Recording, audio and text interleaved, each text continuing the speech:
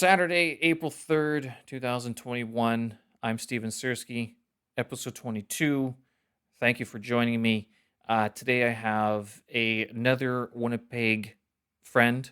I've known this guy for 20 years, or about, I can't remember. We basically first got in touch with each other back in the early 2000s when I think he was working for the film group at the time. And I was a young budding filmmaker, as was he at that time too. He was making some of his own productions, but that's sort of how our paths crossed at first. And today, he now is still residing in Winnipeg, but he runs his own production company or entertainment company, Zellco Productions. And we're going to be talking a lot about what the film scene is like for micro budget, low budget filmmakers, entertainment artists in general. We touch a little bit on his Tinder experience, his online dating, because of some of the scams that he's come across in his time. And then, as it seems to be the norm these days, we also touch on the pandemic and sort of how things are turning out towards the end of the conversation. So I hope you guys enjoy this. Everyone, this is David Zellis. David Zellis! Hey, hey, hey! How's it going? Hey, are we drinking the same brand? Oh my God. Timmy's! Cheers! That's kind of funny, isn't it? There you go. Yeah. Cheers. So what? It's like 8 p.m. and you're at the office, aren't you? Yeah. These don't go live. You pre-record them, right? And edit them. Is that what you generally do? Yeah, that's what I thought. Yeah, basically. I don't edit too much though. Like basically, it's mostly I try to do as little editing as possible, mostly because I'm lazy, but also because that way if I let it go, like I can let it be extended conversation, but then like if I tried to edit that, it would just take forever. So I was like, right, conversation, basically unrehearsed. I mean, put it up, and this is also sort of an answer to the whole the whole unfairness, I thought, with the American media over the last 4 years, where they kind of really spliced and diced a lot of the political goings on. And so I thought, you know what, I like the Joe Rogan example of just having an extended conversation and just putting up. Although I suspect he actually edits some stuff. I suspect there's probably a bit more editing going on there than is let on. But still, the vast majority of the conversation is pretty much uncut, right? So that's sort of what right. Okay. I don't know. Yeah, makes sense. Well, I'll try not to trip over my words too much then. I don't think you will. I think you're a professional. You got this down. You're in the media business after all. Well, yeah, I mean, but not a personality or an actor, an on-camera type job per se. So. Are you ready to go? You got your microphone and everything good set up and everything? I mean, yeah, it's just these headphones, so I'm good to go. The office was, I don't want to show people the inside of my apartment, but the office is just a white background. It's pretty easy, right? That's fine. I'm just setting this up, making sure this doesn't go beep, beep, beep. Yeah, okay. You know what I might do? Let's see if I can do this again. Because sometimes I have issues with, and you could talk to James Admonson about this one, about having a conversation, and then can I allow to, how do I make you able to record? Stop video, make host, co-host. No, I don't know. Are you able to record this as well? Does it give you an option? I don't think so. Like I said, I joined from the browser, so browser. Probably not. Okay. Yeah, I don't. We tend to, for our business, we use Google Meets just because we pay for the email service through Gmail. Right. So we can have the company name, but we use Google Meets because it's free, right? So. Right. Okay. I'm using the free version of Zoom. I mean, it's. I just. I generally I've never bothered to download the app. because I'm super lazy, I guess. The app I think also doesn't allow you to record. I use the Mac version, so the computer version, and then that way I can actually record. Okay, so The only yeah, thing is I like, don't, Mhm. I don't see any, I don't see any options here. So Yeah, it's not giving yeah. me an option to let you record. Just because in my extended conversation with James a few months ago, at the end of it, when I went to shut it down, it didn't save the interview. So I have all of Oh no. I have all of my audio, but I have none of his audio. So that's the worst part of it. It's just like, oh my god, are you kidding? It was a good conversation because like we went through his entire, um, basically his entire corpus of work for the last couple Right, decades. right. So it was an interesting conversation. And then yeah, I Sure. fucked Yeah. it up. That was disappointing. Disappointing to say the least. Oh man. Um, so since then, I've sort of I back it like I have two recorders going plus my computer just in case. I usually ask people to record on their end as well, um, just in case everything craps out. So Well, I could take a screenshot of this right now and send it to you for uh, posterity. It won't do much, but I can send you a screenshot. I don't know. I would need the audio, not so much the video at this point. Just a still image of just us looking at each other. I get it. Just like that, you gotta Yeah. the screen freeze where you have your eyes half open and you're like that. Well, I think generally we had a meeting yesterday with a guy, and he would like go up, start talking, make a point, and he was in Mexico, and his screen would just freeze, but he'd keep talking so you could hear him, Yeah. but he would be there for like a few seconds, the same position. It was, yeah. Oh god.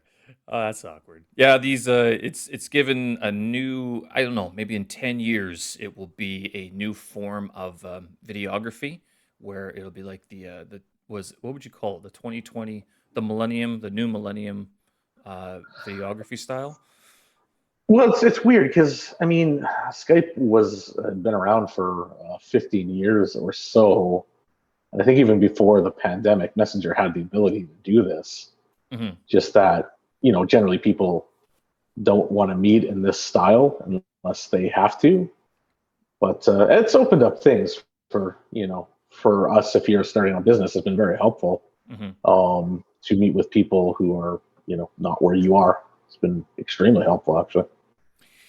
I would credit social media, not just social media, but the video calling, Skype to an extent. But the connection has always been kind of dicey. But I don't know Yeah. if I would have been able to travel as long and as much without the ability to connect with people back home. And Right. it's sort of a bizarre thing to say because I- I've been out of Winnipeg for so long, but I've still called people like you're in Winnipeg, I'm in Beijing, but this is just one Mhm. example. Uh, 10 years ago, or 5 years ago, 10 years ago, it was Skype, it was emails, it was pictures. I mean, back then YouTube wasn't like it wasn't as easy to upload stuff. Like the connections weren't as good, so that's why Yeah. Skype was sort Sure. of Sure. shitty. But since then, I mean, it's just I can't imagine the people who went backpacking in the 70s or 80s.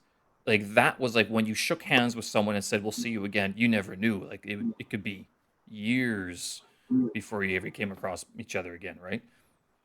Yeah, it's weird though because we're all connected in some way, and you might meet somebody, you might work a job, and become friends with somebody, add them on Facebook, and then you go up, you quit that job, or your circumstances changes, and then you just never kind of talk to that person again, but they're still on Facebook, Yeah. like they still exist in the world. So it's interesting. Where I think back then, and obviously we were kids back then, you would just serendipitously, meet with somebody 20 years later at a party or something, which it's so different now. Yeah. um It's Anyways. but how many, in terms of keeping in touch with people on Facebook, I've noticed that, especially in the last couple of years, Facebook has become very particular. It's filtered the people who come through my feed a lot more.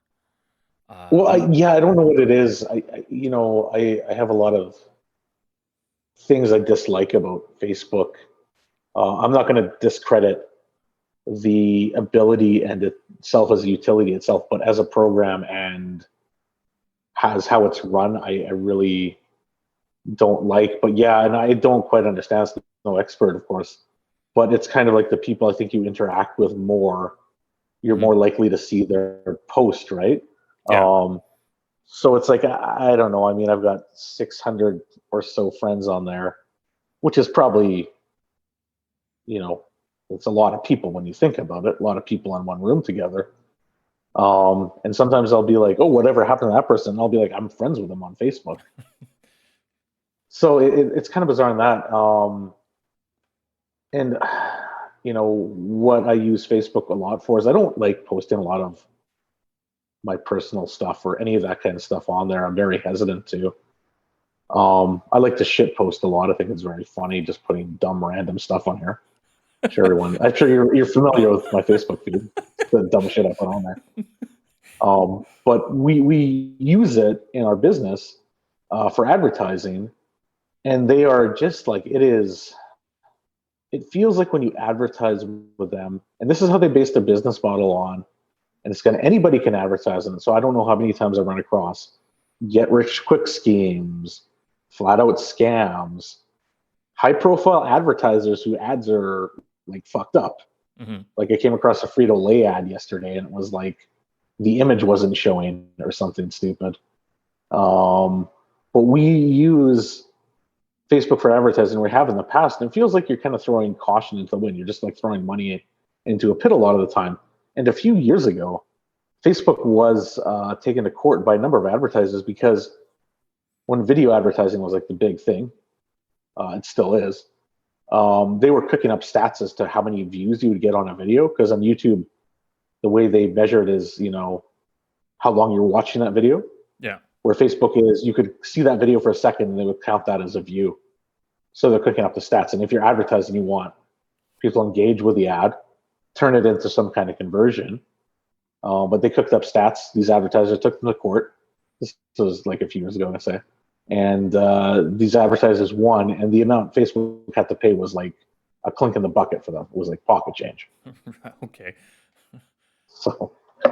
So then what was the issue? Was it that Facebook was collecting the view numbers, or were they fudging the numbers, or what was the... they're fudging the numbers. They're cooking up the stats. So if you came across a video on Facebook at this time, and you know how Facebook is, like you scroll up, right?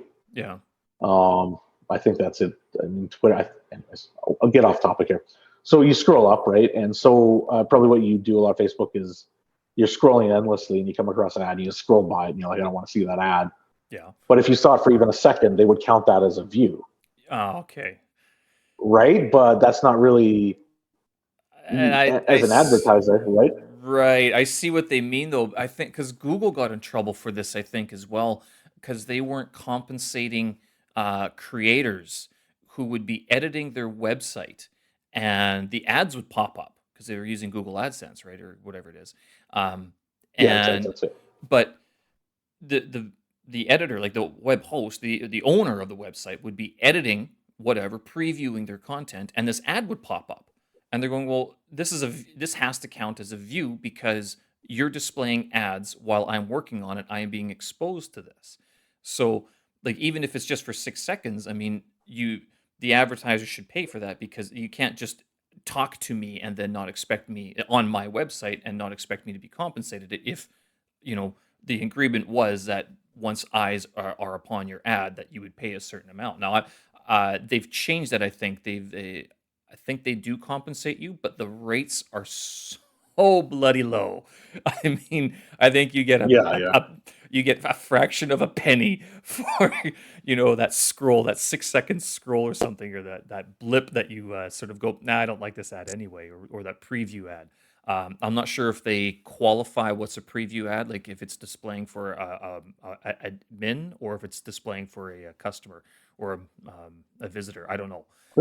That's a good question. Yeah, I'm not sure. I know you can run certain tests, and then you see kind of who's engaged in it. But I mean, we're no marketing experts per se, so it's been a bit like, it's interesting. But yeah, Facebook's very interesting in that. I think it's a good utility in terms of what it's intended to do, because a lot of these social media platforms are just rife with so many bad actors. It's, I mean, even now, I really try hard to do what I need to do, log off, or not kind of stay engaged. And it feels like I'm very voyeuristic because I'll just sit there and scroll endlessly on Facebook, Mm-hmm. not engage in those posts, just see what everyone else is writing. And that's not like, it feels very like unhealthy to be doing that. Like, I don't like that. So I try to avoid that as much as I can. So what unfortunately has happened is it's been hijacked by just like, let's just say hijacked. I think they know intentionally because it brings people to the platform using it. But it just feels like, I don't know, like, I don't want to sound preachy, but like kids stay off social media type thing, right? Or, go in there Mm-hmm. for, what you need it for, and then get out, because you don't want to be stuck on something like Facebook, arguing about some political nonsense with some random stranger for 3 hours, right? But that's what it sucks you into, right? Yep, and I don't think Facebook discourages that. Although they say they do. They're like, you know what, this is fine. I mean, it's again sells advertising. It gets it gets their numbers up. But yeah, I completely understand. I don't know if that's changed for other people. I know for me that I try not to do that as much, to engage in Mm-hmm. that sort of debate back and forth. It's useless. Actually, I shouldn't say It it's is. useless. It's not as effective as some other forms. But that being the case, what else could it be? Like, how else do you discuss those ideas? Like, I mean, do these people have to get their own blog, their own podcast, their own video feed? I mean, or how do you actually discuss these ideas so that people gain a better understanding of the situation? Yeah, it's a good question. I don't know. I think it's like the internet is free at the end of the day, right? Everybody can use the internet. And these social media platforms, they all plagiarize each other. Twitch was a thing that had live streaming. Facebook has live streaming a year or two later. Now they're not going to go after each other because you can't copyright these ideas, Hmm. but they all copy each other. The idea of endless scrolling, I think, was started with Twitter, I believe. You just kind of are going up. And I mean, Twitter in terms of politics is probably the worst offender for that. Yeah. So, they all kind of copy from each other. So it's like, I think, yeah, argue with a random stranger via text, where sometimes what you're saying might come off as passive aggressive. You might not attend it that way. So it's very, you're not seeing the viewpoint of the person because you're not seeing them face to face. So I think that's kind of like part of the problem right there. So there's that. So it's like, you can't exactly tell people, like, if wherever you live, and I would assume in Beijing there is a Walmart or something the equivalent of that. Yeah. So it's hard to tell people, especially on the internet. Everyone's going to shop at Walmart because it's close to them, it's cheap, whatever, right? Everyone's going to go to Facebook because all their friends are there, especially an older generation. I find we're kind of, I think, in between. People that join Facebook and other platforms. Yeah, I think what it was described to me was that Facebook is for old people, and then I realized that they were talking about us. We are the old people. We Yeah, became the old people on Facebook because that's what we were using 10, 15 years ago. 2007, I think I started. I can't remember. But yeah, I yeah, mean, that sounds right. that is sort of like, yeah, that's half a generation of using Facebook to communicate and keep in touch with people. Yeah, yeah. So, you can tell people there's a Walmart, but maybe there's a bunch of other local kind of businesses, and they sell groceries, they sell produce, they sell things, right? And maybe they're a bit more locally sourced, so it's like a better kind of buying experience, Hmm. right? So it's like, I think you got to treat the internet the same way. Like, it's funny, we were talking on Messenger, and my Facebook's still logged in at the moment. But there are a number of other sites that we can all go visit. We can all communicate with each other. Um, Not that I've written a letter to anybody in a long time, but I had a friend in college and we would write letters back and forth to each other. Yeah. And she was like a really great artist. I still have these letters. So she would like draw like her doodles in the letters. Like that was really cool, right? You don't quite get these experiences on social media, I don't believe. Um, but I don't know. I mean, we use them for our business quite a bit.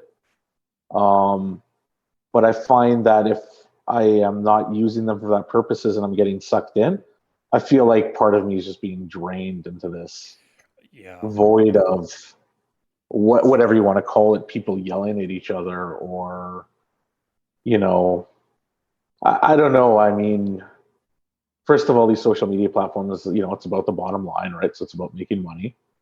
So they don't care if two people are going at it Yeah. for whatever reason, It's right? They're selling engagement of some advertisers sort. Yeah. Hmm.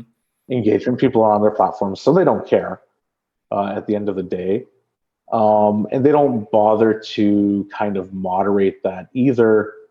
And I know that, you can start groups and you can moderate stuff and all that kind of stuff. But I've created a few groups here on Facebook. And then, if I stop paying attention to them, you would just have these random catfish accounts show up in these groups. So Facebook is very bad at controlling a lot of these bad actors again. And I think, They don't not purify, purge. Like it's yeah, I one of my pages gets spammed all the time, and it's just like, who yeah, are these people? These are all fake accounts. yeah. So, I mean, we got to realize that the internet is free. Um, I'm guilty of this too. But we should know that there's other websites and there's other places to, I think interact with each other. Um, I haven't used it yet, but I think Discord, even though it's being bought by Microsoft, I think that's an example of how we can kind of interact with each other. It's Have one you site that I've heard of. have you used Discord yet? I haven't. I, I'm tapped out I from have my not. I'm social familiar.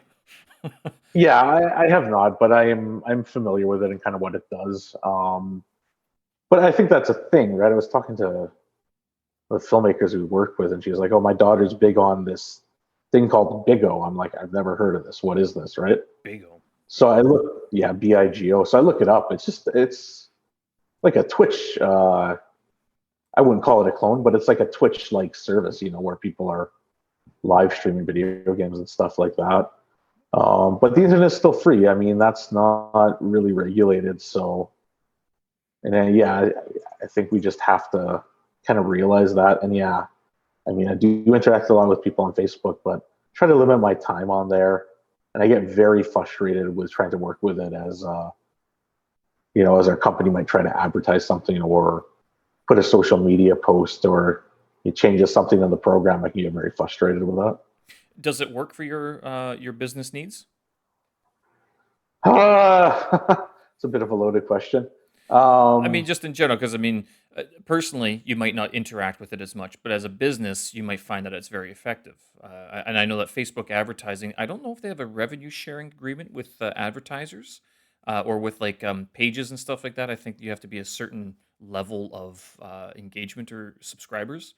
But yeah, no, I know what you're talking about there. It's if you were a page or a creator that had a lot of engagement or a lot of followers, they have like what YouTube does with a partner type program. right. But we're coming in strictly as like we are advertising product, Hmm. and the conversion. It's we've had ads that have done well, like as an ad, according to them, but then the Oh, conversion is another story altogether, right? can I ask what the conversion is? Well, I could give you, I couldn't say the conversion of this exactly because there's different campaigns, right? Yeah. So just to clarify, I don't know if I was supposed to say this, but like I, with a business partner, we run a film distribution company here. Right. So So, I don't know if that was supposed to introduce myself at any point here. well, yeah, I mean, I do have an introduction. Basically, I mean, so you are one half of Zellco because when I was googling your name, have you ever googled your name before? Yeah, I have. Yeah, of course. It's a unique name, right? So of course I have. So here, through the connection I have, some David Zellis, a lawyer in I think it was Kansas City, showed up or Atlanta, and I'm like, That's not the David. Pennsylvania. Pennsylvania. I, I'm like, I, well, wait a minute. Maybe he is a lawyer, and maybe I just have it wrong. I mean, who knows? I mean, we haven't seen each other in a while. Who knows? Film production no, lawyer. no. Yeah, no, I'm not a lawyer. I've thought about pursuing it at some points in my life, but yeah, I have talked to the other David Zellis in the world. He is I think, assistant district attorney or district attorney in Buckstown, Pennsylvania, which I believe is close to Philadelphia. So Really? Why did you talk yeah, to him?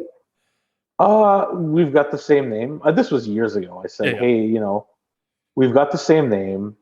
I'm just wondering, um, where that came from. And he said, as far as he knew, and this is interesting, he is of Jewish descent. I'm not. But he said that when his ancestors came from Poland, so I've got Polish in my heritage and Hmm. Ukrainian, a bunch of other Eastern European nationalities. But he said that the Zealous came from Ellis Island, Ellis Island. Well, like in New York. New York, where all the immigrants had come over. Right. Well, that's where the boat landed. Right. So Or that's where docked. he Hmm. believed the other David Zealous believed his name had come from. But my dad recently was kind of looking into our history, and that our name before when we came, or I guess it would have been my great grandfather came to Canada, to Manitoba, I believe, to farm, was Zelosh, like Zellloch, I believe. Okay. Yeah, yeah. So it probably just got changed over time, right? Yeah, that happened to my name as well. Our name was like the Siersky name was spelt differently in Ukrainian, and then like the story Yeah. goes that when my grandfather came over, the the immigration official didn't know how to transliterate the Cyrillic into English. So the way that my name is spelt now is the Polish version, SKI, but the Ukrainian Mm. version is with a YJ. And I mean, it's a very simple distinction, but my family descends from like the western part of Ukraine, and I'm sure you are aware of the Ukrainian community in Winnipeg. That's where a lot of Yes. the Ukrainians come from, is from that western part, like around Lviv, the Hmm. Carpathians, that area. And that's why there is such a division when you mention the word Russia or Russian culture, Soviet culture. Like there's a massive divide because those Ukrainians were basically fleeing or leaving Ukraine to get away from what was happening in the country 80, 100 years ago. Now, I'm not going to ask you to say Carpathian Mountains because my dad told me the part of the Ukraine I think is the same, and it's the part that is borders on Poland, right? Yeah, Poland. What's the Yeah. other one? Hungary, Austria. There's like that whole western part of Ukraine has been tossed back and forth so many times throughout history. It's um, when I was in Ukraine a couple of years ago, a few years ago at this point, I was looking for an old cemetery that had old Ruthenian uh, names and languages or language that was supposed to be part of my lineage. And yeah, the librarians in Poland knew of the name, like the Sersky name, but they're like, I mean, it's any Hmm. number. I mean, it's not a common name, but this sounds like we could find where it is, and they did find it eventually, and it was allied to some 12th century feudal area in southeastern Poland at the time. It was, Oh, but that was the Polish spelling, not the Ukrainian spelling. And I like my right. family has always been very proudly Ukrainian, not Polish. So Hmm. and the Polish have had a different history with Ukraine because as much as they are sort of similar, the Polish Right. royalty has always, I shouldn't say always, they have had incursions into the Ukrainian territory, much the same way that the Russians have had incursions into Ukrainian territory.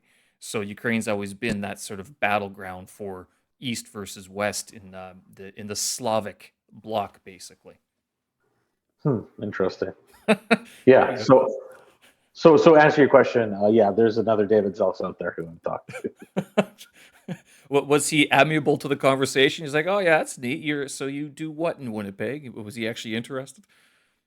This was a long time ago, but I mean, he was. I never really followed up, but he was. Yeah, he was fairly affable fellow and Yeah. friendly. So, and I mean, I kind of will look at what he's doing, and it seems like in terms of his career, he seems he's been fairly successful. So, Yeah, he has a and he turns out top at the Google search, so he's got to be doing something right. yeah. I mean, obviously, fairly high profile position that he's in, I would imagine. But I've never followed up, but I know that I'd say he's obviously a bit older than me. He has kids, I think, who would be a bit younger than I would be. So, Yeah. Well, yeah, he's like in his 50s or 60s. I don't know. I didn't do too much yeah, I don't research know. into it. I was like, okay, this Yeah, is no, not the no. David I Zellis I just was looking for. I think I went down a rabbit hole one day, and his daughter had given a TED talk at some university in New York. I was like, oh, that's pretty interesting. So I ended up watching it. What was the TED talk about? Um, I don't recall. I'm hopefully I'm not. Don't quite recall, but it's how we treat other people who might have a certain disability. Hmm. I don't know what the topic was per se, but it was interesting. She was fairly well spoken, but she started talking about, she was on a bus, and then of course somebody comes on and they're in a wheelchair, and then everyone's upset because that person comes on with a wheelchair because now their time is being inconvenienced. But Yeah. let's be real, this person probably never asked to be in that position in the first place. So maybe we should be a bit more compassionate, in situations like this, or learn to be. Yeah, to understand that, yeah, maybe this person just needs the time, and maybe they're in a rush, but we don't know. Yeah, exactly. But yeah, it was pretty interesting. Anyways, went down a bit of a rabbit hole. But Well, yeah, it's just a weird coincidence. I don't think we're actually related or family name. It's just a change of the name, and we're two guys with the same name now. that's pretty neat. Well, speaking of rabbit holes, one of the reasons why I sort of went the David Zellis Google route is because I tried to Google Zellco Productions, which is your production company, but I misspelled it. Right. And I didn't know I had Okay. misspelled it because I assumed that it was with one L, Zelco. It is not. It is Okay. with two Right. L's. Okay. And so Yeah. with one L, not only in Google, but then also on YouTube, very different search results come up. I can't remember what it was on YouTube. So that was where I sort of went, okay, I'll try a different approach here. But Zellco Productions, Zellco, is your production company. Yes. And so this is the one that you are, who are you partnered with? Okay. So my partner is Craig Guiboche, who is editor, filmmaker, mostly editor, post production, visual effects, who has been around in Winnipeg a long time in the community, and we've known each other a long time. So we started kind of working together 2013, 2014. We ended up making a feature length film, one of these things where it was crowdfunded. I want to say you were one of the backers to the crowdfunding, but I could be wrong on that. I'm not sure. I can't remember. Oh, yeah. 2013. How much money did I have back then? Probably not very much. Well, maybe not, but I should give you a copy on DVD or Blu-ray or something. Was that But yeah, Dark so Forest? Dark Forest, yeah, that's right. Yeah. I think I was, yes. I think I gave $50 if I remember correctly, but I might just be trying to make myself look good at the moment. Well, you know what? Send me your address. I'll send you a copy regardless. So Sure. actually, I But think that I was should do Dark that. Forest. I do remember Dark Forest because this was one of the big sort of celebrations of Winnipeg at the time. Because this was I guess, it was a major production of sorts. I mean, it was a big Winnipeg production at that time. Well, I mean, big in terms of maybe the micro budget films were being made at the time. Um, The people that I knew yeah, were going, yeah, this they're talking about this film, but I mean, I guess we do share a bit of a friend circle. I bet you're a bit more into the film circle in right. Winnipeg than I am Yeah, okay, at that this makes moment, sense. especially. But yeah, I mean, I remember Dark Forest being promoted as support this film. It's we're making a feature, which is not something a Right, right. lot of low budget filmmakers get to do. So you were taking that jump.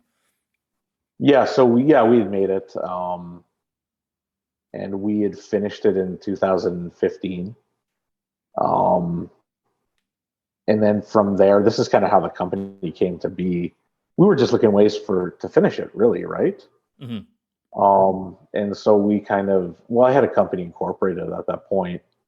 And it's interesting how a company can develop, because we did go and we did get kind of financing from what was called, I forget what they're called.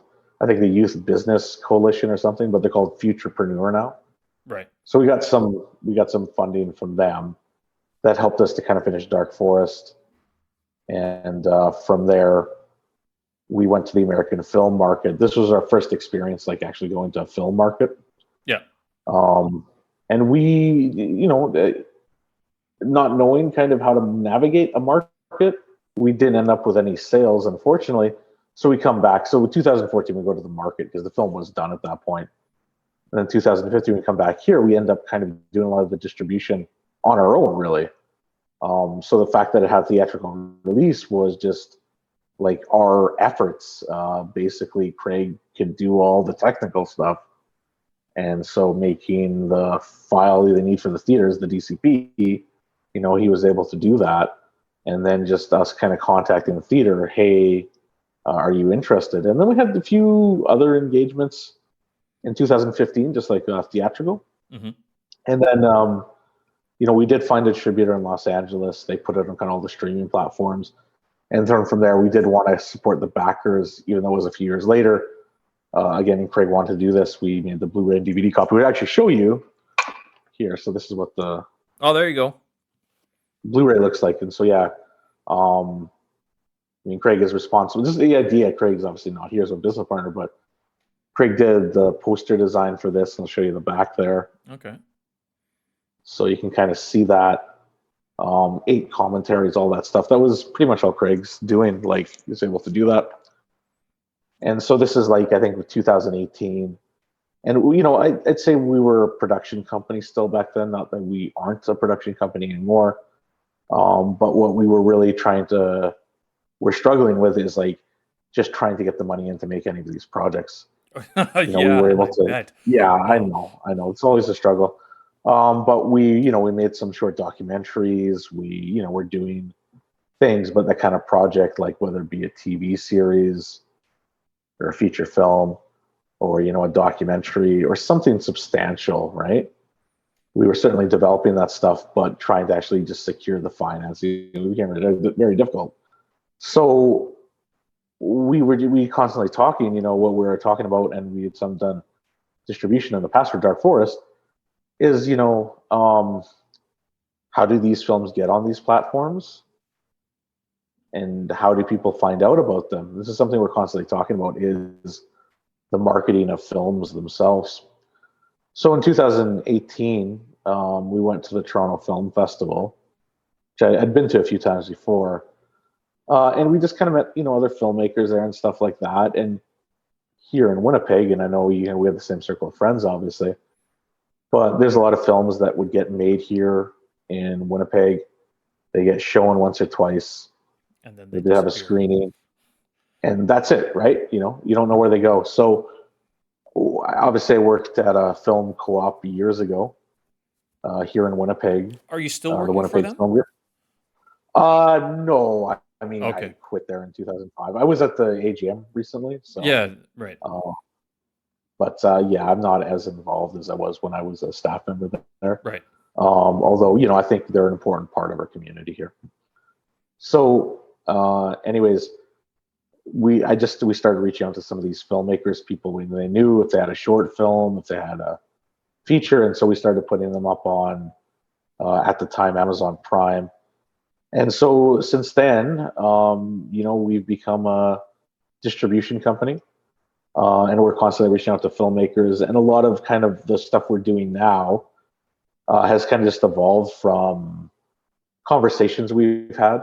Particularly, one thing we are trying to do, it's a lot of work, and I think it is going to pay off. It's going to take a little bit of time, but I think we're getting there, is, obviously the films we were taking, a lot of micro budget stuff. Friends of ours had made these low budget films. They had the elements, everything was ready to go. And even some producers we talked to, established producers here in the city, is like, oh yeah, I just got this movie on a hard drive at home. I don't know what to do with it. Right? So it's like, okay. So, Craig and I think both can try to handle the sales aspects of things. Craig can really handle the technical aspects of things. So one of our kind of conversations we had was with Telefilm, and this just blows my mind how this conversation went. We called them. We're trying to get this film finished, and I don't want to get into too much details about this. But we're just trying to get this film finished, right? We didn't get the money to finish it, and we called Telefilm up and have a conversation because as much as I might, have issues with a lot of these organizations, people work there and they're nice people and they're doing their jobs, right? It's generally the institution, not the people at the institution. They That's my have a thought on it. mandate, and the people on the ground, they still have, there's still people that you have to deal with. They're fellow Yeah, filmmakers, right? they're well, I mean, for Telefilm, I mean, they're mostly arts administrators, is my understanding, but they're people, right? Right. So treat everybody with respect, right? So, anyways, we were talking to the gentleman at Telefilm, and we're just talking about, there's all these films, and they just disappear, and no one ever hears of them. Particularly here in this country, I believe. And he was like, "Oh, anybody who got Telefilm funding, they have to take their films to the archives, so that archives have a copy, right?" We're Yes. like, "Okay, we had no idea." And from there, we've developed a list, and we are very slowly going through and talking to filmmakers from all decades. And some we've secured, some we're just working on certain aspects of a technical thing or whatever the case might be, or trying to get a festival on board. Hey, do a retrospective screening of this film. But we've been slowly going through this, talking to the rights holders. This is what we do. We come at it a way of like almost like a sales agent would go out there and just take a commission, right? So Yeah. they still own the film. We're not taking the rights over or anything like that. So it's a bit more agreeable to somebody. And I think we're very upfront with them, very transparent. We might not have money to market. We suggest you tried to do some, And I wouldn't say like not everybody we've talked to has said, yeah, take my film from the 70s or the 80s or whatever. But we've had some pretty interesting conversations with these filmmakers. And it's unfortunate to say that a lot of conversations are the same, that, the frustrations we have now. Why isn't my film getting seen? I think is the big one. Why is there not enough support? Is the same from filmmakers way back then, which is very interesting to me. Well, sometimes when I hear that conversation, why isn't my film being seen? Because I have this too as being a creative type. Maybe your film just isn't good enough, or maybe you're not doing the right thing. I mean, why is my band not being seen by people? Well, there's a couple of reasons. First, you might suck. Number two, you might not be marketing properly. Number three, you might be in the wrong place. And I suspect, especially with Winnipeg being so isolated as it is, Yeah, and I come from a much more of a musical background. Although I guess when we met back like early 2000s, I was a bit more involved in the film community as well, but more from the university side rather than from the film group side of things. But right, right. the one of the envies I know that I think at least I had as a musician in the Winnipeg music scene was that we couldn't play anywhere. I mean, it was the Albert, the Yeah, Zoo, maybe if we played the Pyramid Cabaret, that was sort of seen like as a milestone. Like then we made it in the bar culture of some sort. After, if you could sell at the Pyramid Cabaret, then it was like then you can move up to like doing your own show at one of the larger venues. But like in hmm terms of a tour, I mean, where are you gonna go play Portage the Prairie? Okay, Brandon. Okay, I mean they're an hour and a half each, but I mean it's not like the group is any like the crowd's not going to be any bigger. No one's going to know you. And again, this is yeah, all before the internet made it, I think, a lot easier. But sure. full respect to the bands that did make it across Canada, like Our Lady Peace, Tea Party. Like what was the other one? Like there was a bunch that came Well, from there's a like lot of that Kingston corridor, that Ottawa to Oh, Kingston corridor. But they had that set up where you could go from town to town, the university towns, and play to a couple hundred people that were drinking on a Thursday night or a Wednesday night. Winnipeg, no one was drinking on a Wednesday night. It was you and the local drunk. yeah. And to your point, like kind of like, why doesn't this sell? First, does the thing suck? I think art's subjective, so that's really hard to say because something you might like, I might not like. So that's hard to say. But the other two, I agree with 100%. Are you marketing properly?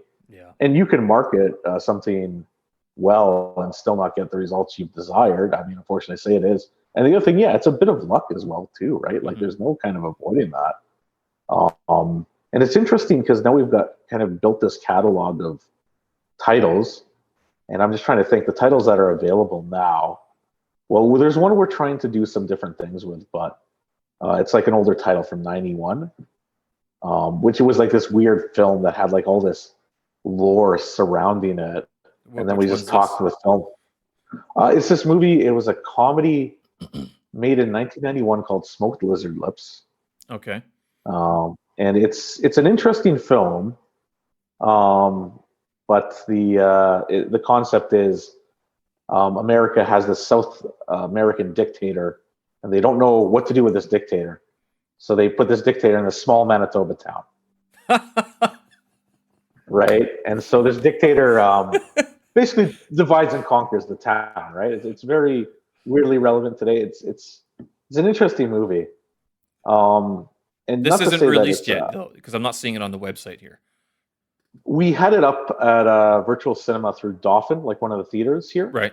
Because with the pandemic, some of them are doing virtual cinemas, and we just know the theater owner. He's been very generous with what we're doing so far.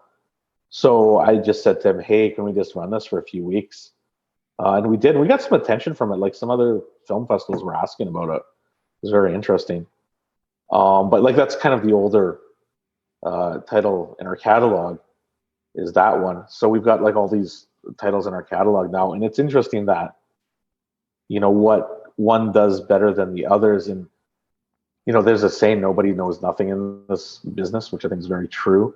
But I think the ones that have done better, from what I noticed, is so simple and so easy, really, for filmmakers to do this, is they have at least at the most a decent poster, like the poster's eye-catching, and they have a trailer.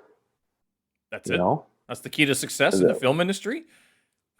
Yeah, no, it's not that simple. But I'm just saying the ones that kind of do better for us at least have those kind of elements in place, and that's the one thing I've noticed. And some other things, might be. I'm looking at these posters online, and because you have a bunch of them listed.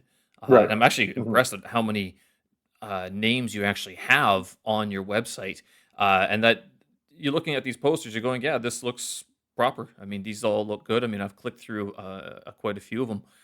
Some of them I recognize, some of them I've never seen before. But yeah, I can see what you mean by, the poster is very important, and you need that sort of Hollywood treatment of a poster. You can't have just sort of something that you threw together, like, oh, look at I have a phone, I can take a picture and do this. Or back in the day, it was like, oh, I can make that myself. It's sometimes good to have a graphic designer do the proper work to get it done. Yeah, I'd agree, and I think that like the thing, the way we work is we are putting it on a shelf for these filmmakers, and we're doing what we can to aid their promotion. Yeah. But yeah, I agree with you, because I mean, you can take a look and see some of the posters are, better than others, I would say. And the ones that have, pretty solid posters tend to do well, because if you think about it, you can sell a film with cast. That's generally how a lot of films get sold. Then if you don't have that, you've really got to make the packaging look as good as possible, because what's the next thing you can do?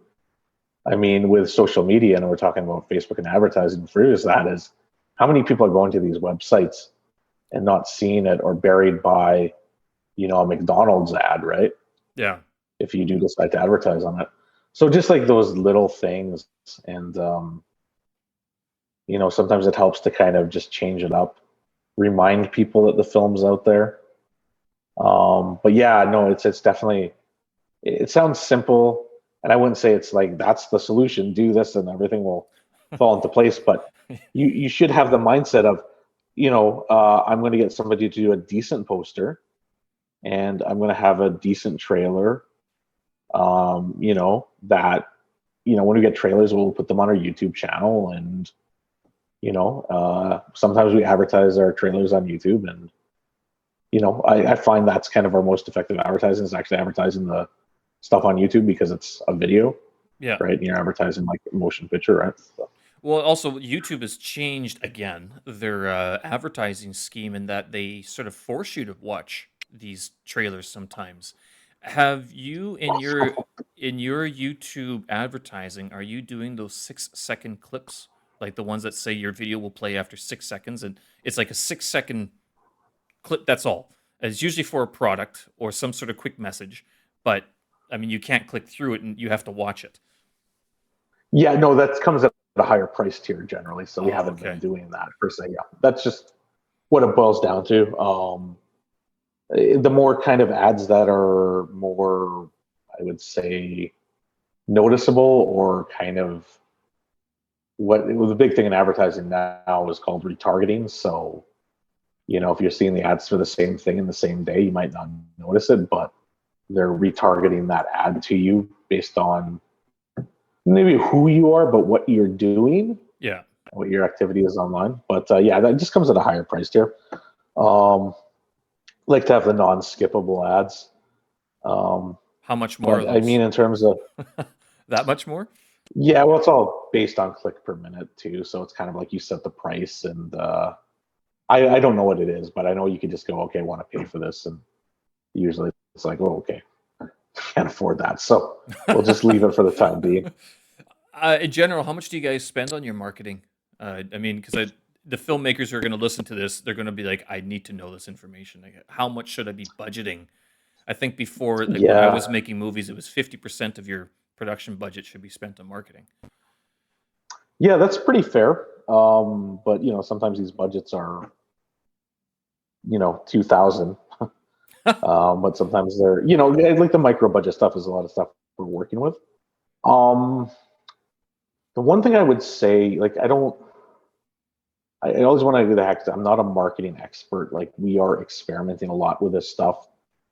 We've been talking to marketing companies, which we may end up working with, Yeah. and to kind of give them the materials and rely on their expertise. Um, but I would say put a bit aside to your. So it's all dependent on budget, right? So filmmakers out there might be like, I don't have any money. I have a camera. I'm going out and shoot it, but I've got no money for marketing. Okay, I'll go back to this because I think it's a good thing. So when we did the theatrical for Dark Forest, I was in Toronto. I made a point of talking to the guy at Landmark Cinema because it played at the Landmark Cinema, who did the bookings for all the theaters. So I'm going to book these films in these theaters. Yeah. So I met with him. He was close to retirement. But the one thing he said to me really stuck in mind. He says, sometimes what we see with these movies, and it could be big Hollywood budget movies, is they'll put money into the marketing and it doesn't make a difference, Oh. right? So always keep that in the back of your head. Now that's to say you shouldn't spend stuff on marketing. If I was to say anything, if you are close to somebody who is a commerce student or has done marketing in the past or advertising, pick their brain about that stuff because they're knowledgeable. Hmm. Because films aren't like selling hamburgers, right? It's not like selling a hamburger to you, right? You're going to eat a hamburger. You're going to like it based on taste and all this stuff. But people are going to eat, right? Yeah. People need to eat, not hamburgers per se, but, sustenance, right? But this is like you are selling a form of entertainment that people are inundated with choices out there already, right? Yeah. So I think when I know they say, oh, know your audiences and stuff like that. And I sometimes find myself parroting that stuff. And it's like, okay, sure, to some degree, it helps to know kind of what your audience does, but that's very hard. You have to have like lots of data and like lots of resources to find that information. But I think it's important to kind of know what makes this attractive to consumer. What is gonna, watching this is gonna give the person that say buys it on iTunes, takes the time to watch it on Amazon. What is their experience going to be like? Are they going to enjoy watching this hour and a half movie, and why is that? So I think you need to kind of ask those questions to yourself, because I think, I mean, you said Winnipeg's insular. I think just the film industry in whole is very insular, right? I tend to watch a lot of YouTube content. So do I. That's my main source now is YouTube. It's all YouTube clips, 6 minutes to 15 minutes. I've noticed. Right. So I like it. I like watching this, what's they call the commentary community, where they talk about a number of things. And there's some very interesting channels out there that are, like, I would call them like documentarians, basically, is what they're doing, but they're just publishing their stuff to YouTube. So to me, like, I like watching that stuff. And it seems to me like, they have this weird advantage where they can talk directly to their audience, oh, thank you for watching, like all that stuff. And, when we make these movies, it becomes very insular. And, I'm on these various filmmaking groups, and it seems like we're just marketing to other filmmakers, which is like, well, it's not what you want to be doing, right? Right. But that's what we end up doing. Because we're all guilty of it. It's like, oh, watch my film. But it's like, I know you're a filmmaker. I know I'm a filmmaker. I'm going home. I'm watching, Captain America, Yep. whatever. Yeah, I'm watching that because, like, I want to be entertained, right? So, I think as a filmmaker, you got to kind of ask the questions, and then you got to realize, especially because we're working with micro-budget filmmakers, there's lots of prejudice against something that's not like a certain way. Right. And sometimes with micro-budget films, it might be, maybe sometimes the dialogue's a bit stilted, or you just got to realize it's not perfect. So I think you have to sell yourself a bit too, and just come to terms with the shortcomings of the film sometime. Yeah. Not to say that you should say, oh, this film is bad. Don't say that, obviously. But, if there's things you're like, I was trying to get this across. I really like this. These are some things I've learned from. I think that's good to put yourself out there. I know there's a film we're putting out there. We're going to be putting out pretty soon. It's micro budget, but I think it's pretty well done. And we talked to the filmmaker, and this is, I think, the first conversation, or I shouldn't say we've had conversations, but he was very keen to be like, yeah, I do want people to see this film. So I think that helps too, right? And the thing is, if you're working with a company like us, we want it to be successful as well. So I go in a way of, if there's something I don't see and something that they do, we can learn from, I think that's beneficial as well. How often does that happen though, where you see something you're like, I don't see what you're trying to do, but the filmmaker's like, this is it? I don't really judge it on the work itself, but I mean, maybe you're talking, I think, more so about the marketing. Right.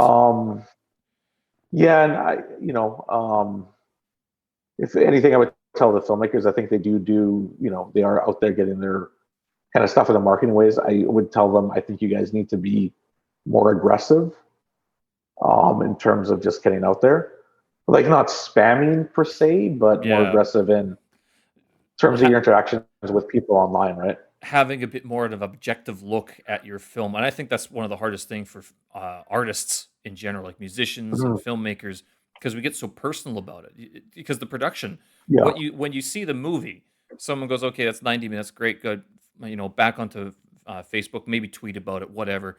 But then it sort of kind of glosses over the 6-year development process, where I was sitting in university classes like, oh, I have this idea for a movie, and this is what I had to go through a breakup to get the script out. The whole development process, you have to detach yourself from and then go, this is actually worth your time to sit down and watch it. You will actually enjoy this. It's hard to do that as a creative type. Exactly, and I think that's a very good point. Like when the films come in, we watch them. We generally don't, when we have these filmmakers, we don't go say, oh, I love your film, or oh, I hate your film, or anything like that. So long as it's welcome. Hi, I love your film. I hate your film. Sorry, we can't market it, but Yeah, no, we don't have like I think quite out as I anticipated it, but when we watch the films, we don't kind of how do I say this? We watch them based on more of a marketability factor Yeah. than more so of we know the film is done. We believe that you, as a person who's created this, are the best salesperson for it at the end of the day. And we can help you in terms of that process. But you are the best person kind of pitching that to places and people. And it helps to, there's so many things. You can go on Reddit, you could say, I've made this film. What do you guys think? You might get a few assholes, you might get a few trolls, but just roll You with the probably punches. will, and you got to deal with them. Move on, right? But if somebody takes your time and say, I liked it and I like this about it, I didn't like this, just be very grateful, because for us, it's, we're selling it. So the viewers or the people watching it or the people watching all the way through, that's important, right? Oh, yeah. Yeah. They spent their time. That's probably the most valuable thing they have. Right. And I mean, we do things to help, try to get reviews for it and all that kind of stuff. Like, you could go and hire a PR firm and you could pay money and you might get some reviews and all that stuff. But in films, it's so hard to know sometimes what's going to hit with a zeitgeist of culture or whatever, right? But yeah, I mean, the more aggressive, I think, not aggressive in the sense of you're spamming, but aggressive in terms of really make sure, if you had a plan, say each week I'm going to post about this on whatever platforms I use, usually social media, right? Make sure you're consistent with that. And if you say, I'm going to hit up a bunch of groups this 1 month, then do that, Watch my film, What do you guys think? I made this film. Break it down the same sort of the production.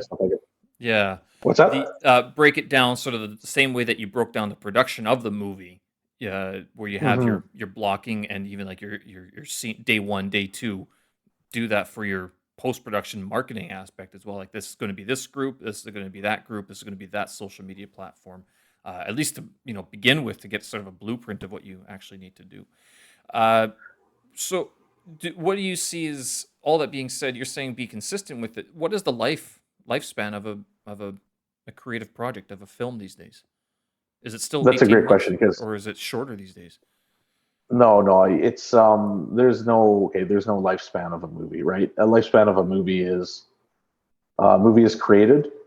Lifespan is until that movie gets destroyed somehow. It lives on forever, right? Right. But honestly, right? Okay, so I met a guy online.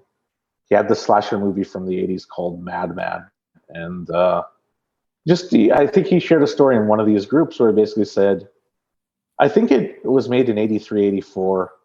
It was made in New York, and I think they did well at the box office. Like, they were in competition with E.T.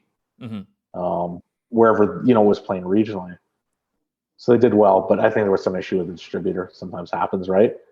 But he was just like, the base of the story was like, look, I just milked this movie from whatever format was popular at the time. So theatrical to VHS to DVD to Blu-ray to streaming, right? So just kept milking it, basically. And then after film, a particularly genre more so than others, is around for a while, people are more, especially the cinephiles, are more excited about it because it's like an older movie now, right? So it's got this kind of aura of mystery to it, like, what is this, right? Right? So like the lifespan of a film, I mean, there is kind of like, if you were a large distributor, and I think this is still the same, you would want to try to tie it into a release date. But the problem is, in the way films are sold, is you might sell it to one territory but not the other. Yeah. This is what we kind of do, right? So, I mean, I want to give an example here. It's nothing to do with us, but there's a movie that came out that was shot here in Winnipeg about Percy Schmeiser, the farmer who took Monsanto to court, right? And it played here in the theaters and across Canada in like October, I want to say. Right. And so, on my YouTube feed, I watch a lot of movie trailers. And that trailer for it pops up because I guess they're putting it somewhere in the States. They didn't clarify where. Mm-hmm. So it's kind of like one of these things where it just seems like such an unfair advantage that this movie that should have been released, and it could be the pandemic too, simultaneously across North America at the same time, has to wait a few months to play in the States for whatever reason, because the way films are sold. You would know about that more than I do. I've never understood why, especially nowadays with the internet, why the only difference I think is the time difference. Why would someone withhold that movie? I think what it was before was that it was to build buzz. Yeah, it was to build buzz before, I thought. Now the buzz is instantaneous. Yeah, no, it's weird because when you sell a film, there's lots of things to consider. But like, people don't understand how films are sold, right? And I could say I'm still learning some of that myself. And people don't care how films are sold. They're like, I want to fucking watch this. Yeah, buddy, there you go. I don't give a shit. Right? They're like, here it is. I want to watch this. No one cares, right? So there's that's a factor too. But what it boils down to a lot of the time is, for example, we were talking to a sales agent in the States, and he's like, well, maybe we could do theatrical for this. And then I was like, okay, wait, do I have to get this rated by the MPAA? He's like, yeah. So there's an expense right there. Right. Legal issues, all these things, right, that factor into it. You sell it to, you sell it to a streaming platform, and maybe they actually license it, like they actually pay you a fee. There's kind of terms, and in those terms, they might want exclusivity. And it's like, why can I, only see this film on Netflix, but not here, right? Oh, yeah. So I think it's a two-way thing. It's like this thing where consumers who buy the content, they don't care. And then there's the people making the deals, and they're trying to squeeze as much money out of it as they can. Yeah. So it's like this weird dichotomy of how films are sold. It's an annoyance. Yeah. I know. Like, I think the like that whole what you mentioned about why can I watch it on this platform but not platform. That's like the new DVD region. Basically, it's like Netflix and Amazon, whatever. YouTube has exclusives. Yahoo tried to do exclusives, but I don't think it worked out very well for them. Like in terms of vloggers, but I mean in terms of releases, yeah. No one cares. It's like I want access to it. Why do I have to have 6 different media accounts just to get into these things? I mean, it is the one benefit of having the single sign-on for like Facebook and Google APIs connecting to these different websites. That is the one reason, the one thing I don't mind about using Google or Facebook. It's like, now I don't have to have 6 different passwords. I just let Facebook trade my personal information so I can log in and start watching this thing already.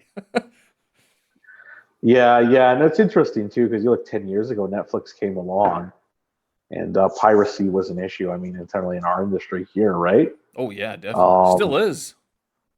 Yeah, well, here it is. When Netflix came along, the piracy, it's not going away. It's never going away. It kind of drives me nuts when people internally, like, it's like the piracy, it's like, guys, these are people that aren't going to watch your film, or we're never going to pay for your film in the first place. Like, there's no point in combating them. It's so futile, right?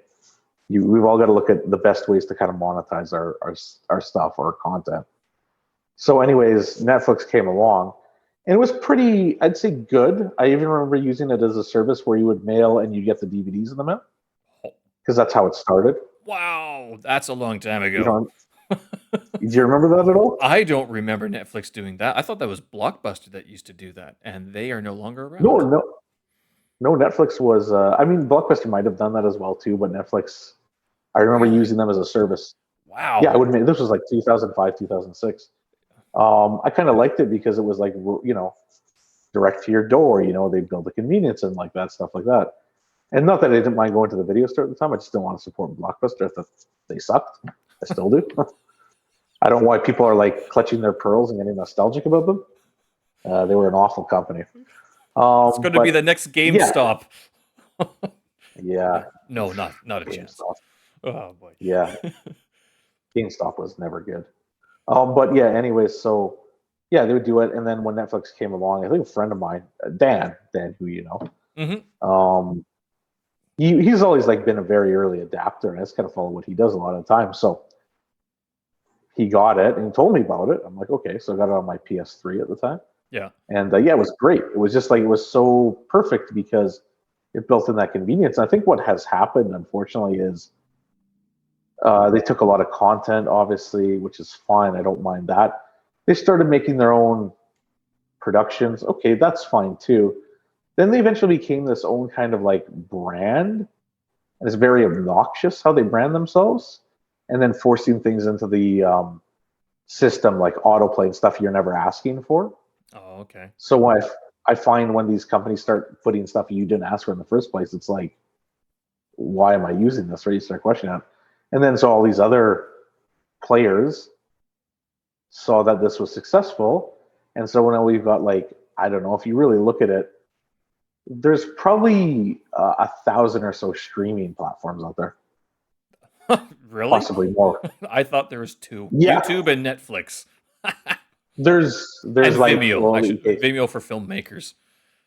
let's see, there's in terms of big ones, there's about 5 or 10, and I can probably list those off. So Netflix, Amazon, of course, Disney Plus.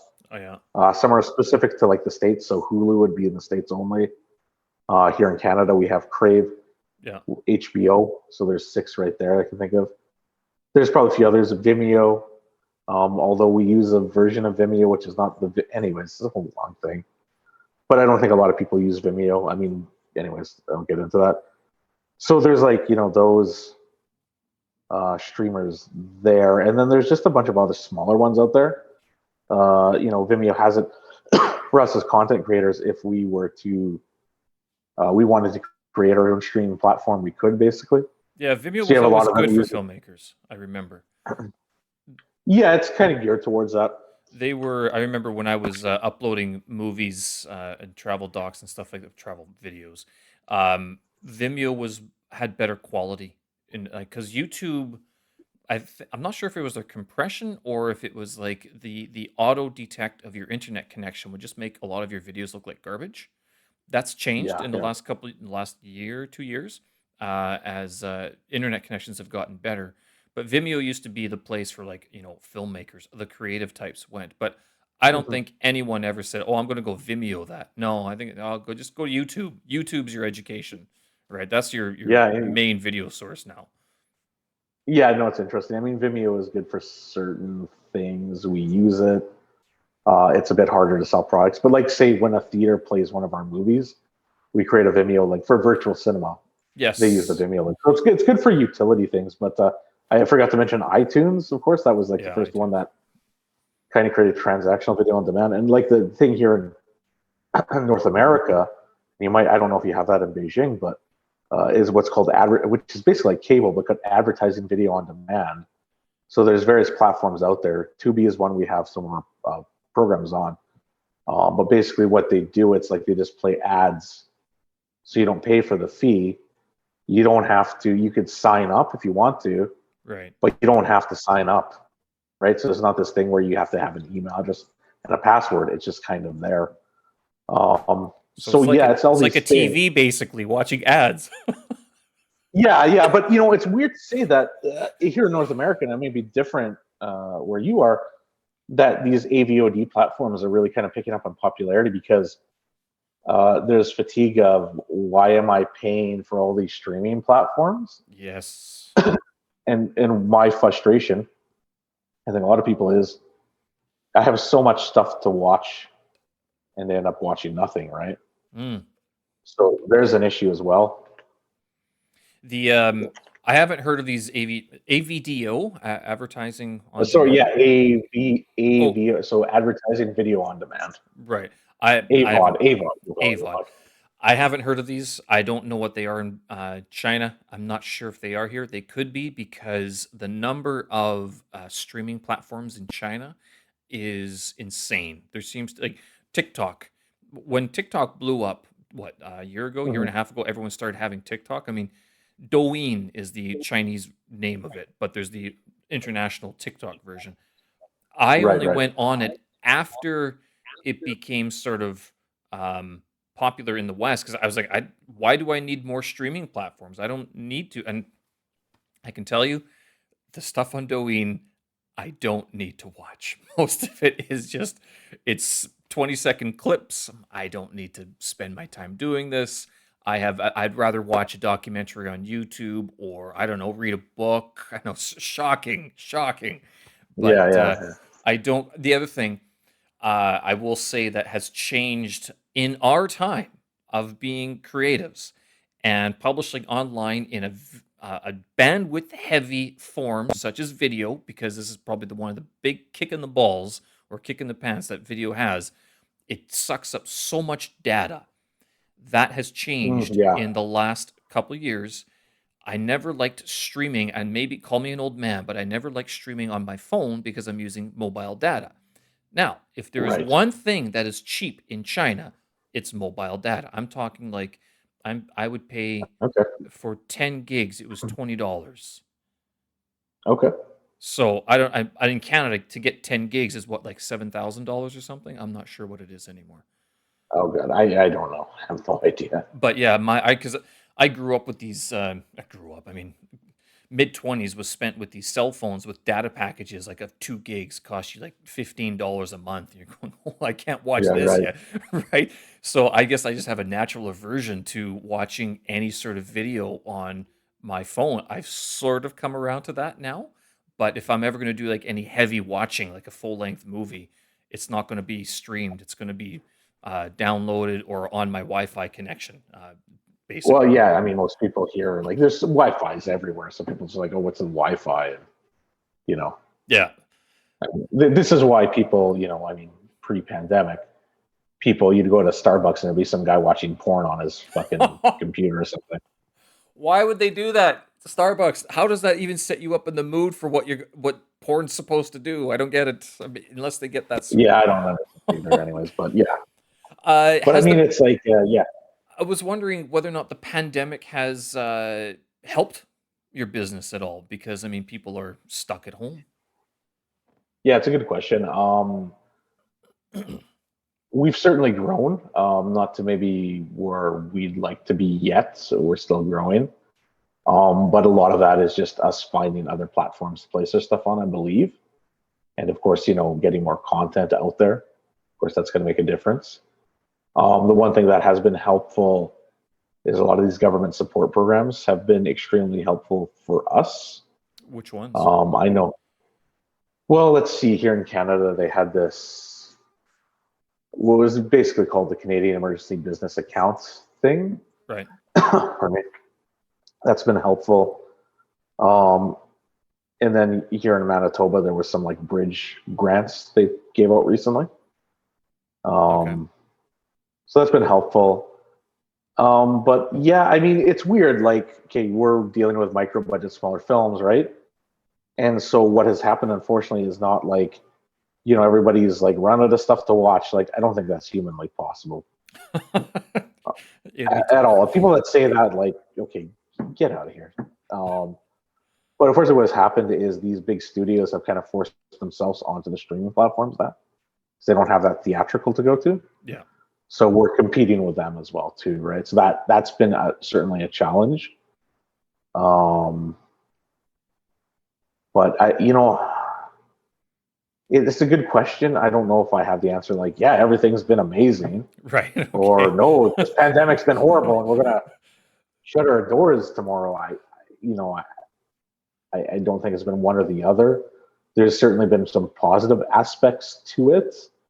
I would say that because of the pandemic, and in 2019, we got some help from Business Development Canada, just in terms of like helping with working with a marketing consultant. And from there, it's just been kind of like go, go, go for us. Okay. It feels like this is pandemic. It feels like we've been working the hardest we've ever have. Well, that's good. Because there's this fear of, what happens after the pandemic is over, right? So we've just been really kind of like busting our ass and, I think experimenting with a lot of stuff, which can be exciting, can be frustrating if it doesn't go the way you want it to, of course. I mean, experimentation, mostly with marketing, of course. So are you seeing But results yeah, from the stuff that you're doing? Like you're saying you're working a lot harder. I mean, is it paying off? Are you seeing some sort of fruition of ideas or you know, time spent, energy spent? yeah, I'd say so. Like this is the first time we did it. We were at the European film market and it was all virtual. So we were here. Hmm. but going to conferences there, and we had some pretty good meetings with, I mean, to us, like fairly higher profile companies that if we can work with them, I think it's just going to benefit us in the long run. So yeah, certain things that I think, are slowly starting to pay off right now. I think stuff that is going to pay off in the very near future. Do you think this is going to change again whenever this pandemic is over? Like, will you have to be in Europe to go to these conferences again? Will there be that sort of not just cost and time, but physical barrier to entry? I mean, now that Zoom is all over the place, you're using Google for a lot of your meetings. I mean, Yeah. Mhm. is it is this going to disappear once the pandemic is over, or is this basically the new style of business meeting? I think they're trying. Well, I mean, time will tell, right? They are trying for some kind of hybrid. They say if that happens, we'll see. Yeah, I know we've been talking about like maybe we'll go to con because they have a fairly large market there. yeah. And even if you go to these markets, it doesn't mean you're going to sell stuff right away, but you'll make these contacts, and over time you might sell to them eventually, right? But I think con was like July. Usually would take place in May, Yeah. but it's I think July this year Okay. because everything's being held back because I think they're all hoping for some kind of physical event, right? So it's a thing of, okay, if con is virtual, maybe we'll go because we don't have to worry about all these other expenses for us. Still a fairly young company. That's super helpful. Um, but if it is physical, and they have a hybrid, then we have that option to do virtual, which Right. is great. But there's probably going to be, when it does that hybrid, there's probably going to be advantage to the people you want to talk to are probably going to do the physical, I would imagine, right? And then saying to them, oh, we're at it, but virtually, they're going to be like, yeah, okay, well, we're at the bar getting drunk, so Oh, come meet us there. so there's Who still knows? the Time will barrier to tell. entry. Yeah. I think so. I mean, even in a lot of these things, the big Amazons and Netflix stuff like that, it's impossible to talk to them basically, unless that you've got an in somehow, right? They don't provide their emails or anything like that. So But even in the virtual sense. do you think that most filmmakers who do a micro budget or a low budget film could actually walk into a meeting with Amazon and actually get something out of it? Not like Amazon would be able to, hit it big, but that the filmmaker would be like, I'd learned something, either I know what to do for next time or that I know that I was heard and I could actually pursue, like I am one of the big fish. Or is it like most of my, because a lot of small budget filmmakers, I mean, they're just, guys who had an idea, girls, people who had an idea, uh, put some money together, got some friends together, like, hey, look at this. We made a film. Like that's a big achievement. Don't get me wrong. But I mean, if they walk into a meeting with Amazon or Microsoft or any one of the big distributors, I mean, what do you say to these guys? Well, okay, so that's an interesting question, interesting scenario. First of all, usually at these markets, the big players, it's they're in a separate place. They have security around them, so there's like a whole thing there, right? But I'm going to say that it depends on the person, right? Because people might have a micro budget film, might not be that good, but they know how to talk the talk, right? Right. And they can certainly charm them, right? Because you could really go through like Netflix and Amazon, and there's all kinds of varying degrees of content on there. And you kind of wonder how this stuff gets on there. But it's like maybe they know somebody or whatever, or they didn't pay that much for the film to begin with. It was just like, oh, we need to fill a content quotient, Yeah. right? So, um, kind of the bigger films that get made with cast and stuff like that, they're basically financed already. If Netflix has their name on it, they would come in with a bit of money and all that kind of stuff. Yeah. But I mean, it's so hard to say because it depends on the person. And I mean, there's distributors out there like us that we work with a filmmaker, and it's like we'll take your low budget thing. For us, the challenge as a distributor is, okay, there's other platforms out there that aren't, iTunes and stuff like this. So let's experiment with these and see if people start buying stuff on those particular platforms. Like we just signed up for one called Gumroad.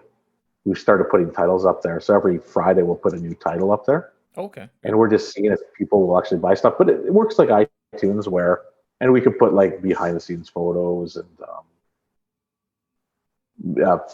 extra footage or whatever. But we could put up for buy or rent. But it's like iTunes where it's TVOD, so transactional video on demand. So people buy it. They own the file or they rent the file. They got so much time to watch it. But we reasonably price this stuff. We don't price this stuff like ridiculously high or anything. All the prices here, I think, are what, 99 cents or $2, a couple dollars each to buy. For the short films, the short films. I think the features you get in like the $2 or $5 territory. Right. If we had something big cost. Well, yeah. I mean, a lot of people are like, people. Or are you going to watch a micro budget movie you may not have heard of, or do you need to buy shoes for your kids, right? That's a good comparison. Right? So it would be very realistic about it at the same time. But I think the challenge for us is trying out other platforms. A lot of the times it's getting past these gatekeepers to deliver it. Certain platforms are like, you want your catalog has like 100, 200 titles before we'll even look at you. Right. Okay. Because they're just looking to. I mean, I know Tubi is not over Beijing. I think it's just North America. But if you're able to ever check Tubi out, like the amount of content they have on that platform is just like it's. I don't know how it's possible. Tubi, it's like the YouTube. Oh, okay, Tubi TV. Tubi, Tubi TV. So, but we've got stuff on there, and I mean, in terms of advertising revenue, it pays like decent, not like huge bucks, but I think fair. And that's all you can really ask for in this day and age. Yeah. Out of all the movies that are on your website, like what's the percentage that like you're taking and that the filmmaker would get from the 99 cents or the $2 or $5? Yeah, so it depends on the licensing agreement, but generally it's like we take 30% and the filmmaker gets 70. Right.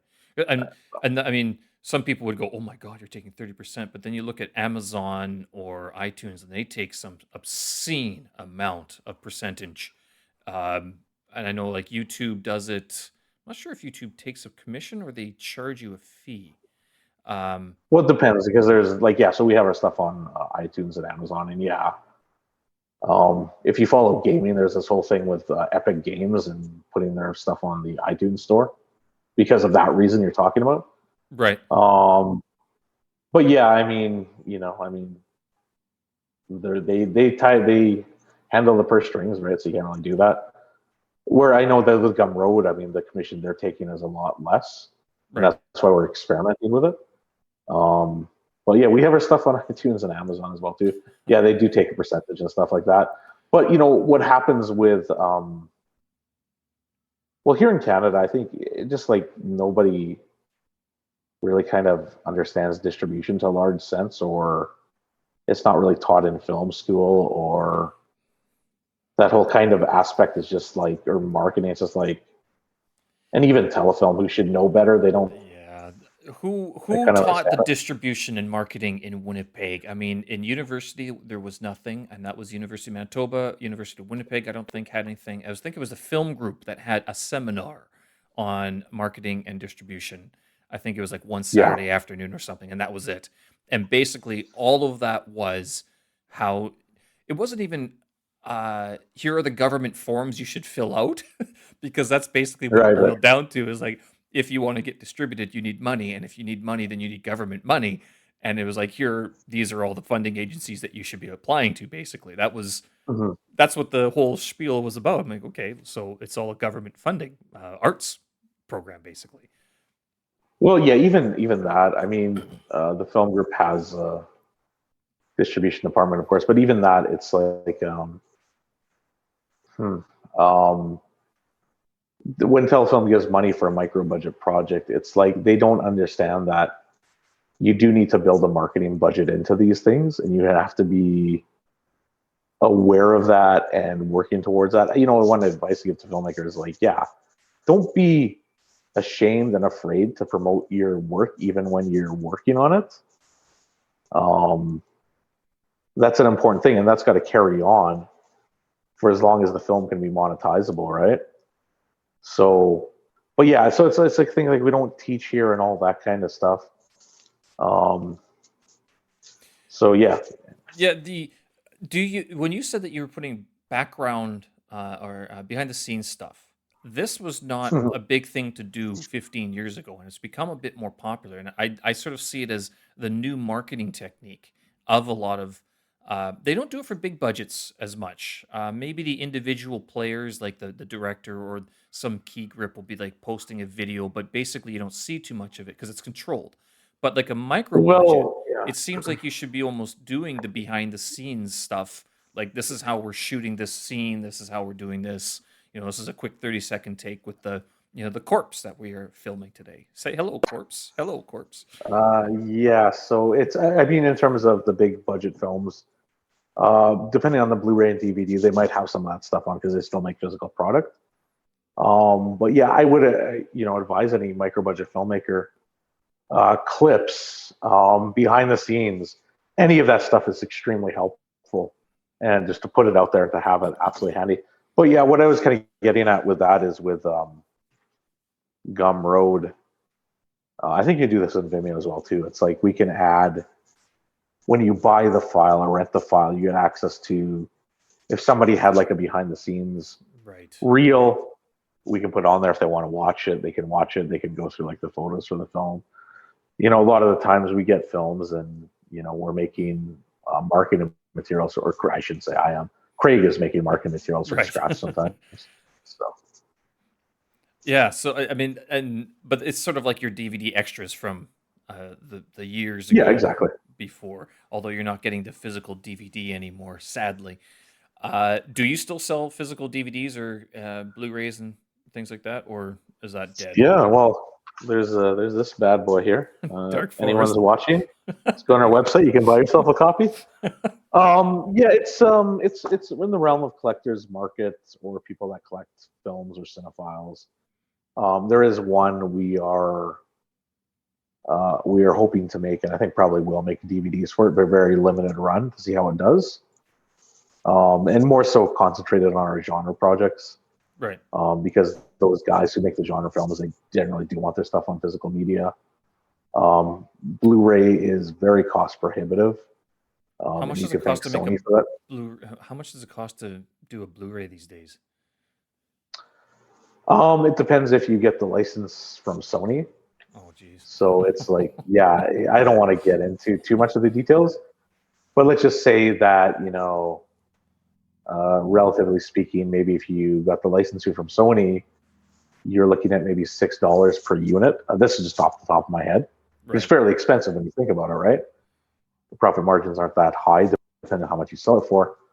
Versus if you don't go the route. But these collectors, they know if it's like looks like a burnt disc, they're like, well, no thanks. Jeez. Right? So you kind of want to make sure you're appealing to that market because they're more likely to buy it that way. Whereas, and I'm guessing that you couldn't offer like if you buy this burnt copy, you can download the HD version. That sort of upsell doesn't work. We didn't get too much into the download for digital files yet, which I don't know. Maybe we'll at some point. Yeah. So I can really speak to that, but yeah, I mean, again, back to what I was saying is like if you were to do what it's called. I think it's called manufacturing video on demand, but basically you pay a company that will manufacture the burnt Blu-rays for you, or they're like burnt. You're looking at probably like $150, $2 per unit. So it's a big cost differential. Oh yeah, massive. And then you do pay Sony a fee on top of that as well too. So why does Sony get a fee? Are you kidding me? They own Blu-ray. Sony owns Blu-ray. It's scam artist. Oh, geez. So the technology of Blu-ray, that's like Sony owns Blu-ray, right? Right. It's not like DVD is like, anyone can make a DVD, but Sony actually owns Blu-ray. That is their product. I've never actually I never knew that. I know I No, looked no, up you know. the Blu-ray burner. I think you could buy one for like $40,000 American or something like that. It's some stupid number. Here's, yeah, I know who buys that except for a production house, and how many production houses are buying Blu-ray disc burners these days? I mean, I don't know. Yeah, when we got ours made, it was through a company in Toronto who I don't know if the company's still around. I know they ceased production on like duplication. So, Right. Who'd you go through in Toronto? or I think it's a company called Duplium. I mean, they're no longer around. I think they shut their doors, not because it was like they went bankrupt. It's just like, we don't see a. We're just gonna. I think the owner said, I'm gonna cash it in, call Yeah, it a day, basically type thing, right? digital was the way to go. Because I mean, it's sort of becoming the way that most people are distributing it. And it's a good low budget entry. I mean, you don't have to make DVDs, but yeah, there is still, I guess, a industry for it, as long as it's not DVD region locked. Nothing has bothered Yeah. me more than traveling the world and then going to buy a DVD in some, because with music you can do this. You can buy a CD, you pop it into anywhere, it works. But a DVD, you go to Thailand, you go to Cambodia, you're like, or you go to Greece, and you're like, hey, let's check out the local filmmaking. Well, you buy the DVD, unless you have the player for it, you're not going to get it. I mean, Hmm. frustrating, aggravating. That was my major issue with traveling and trying to sort of see what the local art scenes were like, because it was very difficult for movies. Are you still Interesting. making movies yourself, or are you out of that sort of scene? Because I think like when we first met some 2 decades ago, Well, uh, yeah. you were working on We're old. several. Yeah, you were working on some short films. I'm not sure if you did a feature on your own, but are you still No, doing no. short films or movies on your own? Yeah, to some degree. I mean, maybe not to the extent I'd like to be doing. Obviously, running a company, and I think what we're trying to do is basically just trying to get Canadian films like recognized and seen. That takes a lot of work. But I can say that I've produced some short documentaries with Craig. So for CBC, it's on our website. You can watch them for free, basically, right? You pointed me Um, to Iron Fist of Winnipeg. There was the Filipino gamer who yeah, moves to Winnipeg, right? yeah. So Craig directed that. I produced it. I was Hmm. pretty happy with how that turned out. Um, we well, so like I'm an epic gamer, everyone. Anyways, I enjoy playing video games. It's such a culture thing that way people are there. Anyways, but yeah, I like playing video games. I like playing the fighting games a lot. It was really neat to get to know Chip Damage, the kind of fighting game community here in Winnipeg, and to meet Yumir was a really cool guy. Hmm. Um, we were kind of hoping at the time, and never materialized, unfortunately, that I know those Chip Damage guys. They go to Evo, which is the fighting game tournament in the big fighting game tournament. I think it's in Vegas every year. I Right. think in Vegas or It would make California. I'm not it sure. would make sense to be in Vegas. It seems like it's Vegas, something yeah, that would happen there. but it's the big fighting game tournament, right? And we were kind of hoping. Well, we did kind of talk to CBC, but they passed like pitching like an hour long version of that, but following those guys down to like Evo, and I don't know what the story would have been, but I think I was just looking for an excuse to be like, yeah, I want to travel down to Evo. I want to see what that's like. I'm a fan of these fighting games, right? Make the product that you want to see. I think that's basically what the Yeah, there you go. but I guess do these gamers make money playing these games? Because this is the big thing. Like Chinese kids think they're like this is an actual job, and call me old, but I kind of go, gaming isn't a job. Now I might be wrong. I could be very much wrong. Well, Steve, let me school you because you're very wrong there. Um, let's just say this way that I feel like I was born 10 years too early. If I was born 10 years, like 10 years later in 1988, or maybe even later, I might have been born into the right generation because gaming in North America is huge, and there's so many ways that these people, I'm not saying kids, they're not all kids, Well, they've are grown able up to too. monetize. And this could be, and this doesn't necessarily be like there is like esports tournaments. Right. There's esports leagues, right? So people do make money off of that. I mean, those are like the best players. And then there's like personalities on Twitch who, you know, I don't know, I don't watch them on Twitch per se. I know Twitch exists, but they do make money and they do monetize them playing video games on there. So there's a lot of ways for people nowadays to monetize playing video games, streaming it, playing competitively. But it's the equivalent of being a filmmaker or being a musician or anything where it's like a lot of people are trying to do that. Yeah. So it's a high bar of entry, right? So it is possible, but it's a very hard thing to do. It And sounds like you it's know, a a lot of people dream are, job, and for a lot of yeah, people, it stays more of as a dream rather than a job. Uh, but I yeah, mean, that's very fair to say. I was never good at video games. I was terrible. I don't think it took me years to beat Super Mario Brothers 3. I don't. I Oh think I man, beat Super you Mario gotta find the Brothers warp 4. zones. Well, yeah, and I didn't know how to do it. I have no patience. I've realized I have no patience for video games. It's just zero. The last game that I played religiously was SimCity Build It.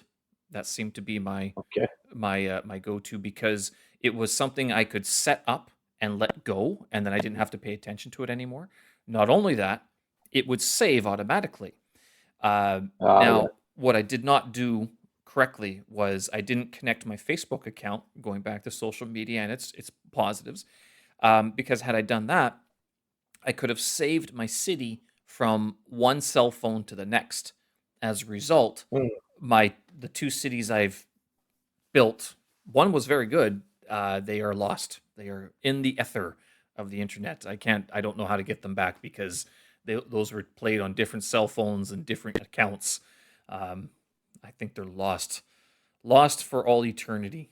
Sadly, Well, it's sadly. interesting you mentioned that because you know, not that I play it, but Minecraft is a huge game, They and that love that sounds over like here. a game you would probably connect to because it's all about building.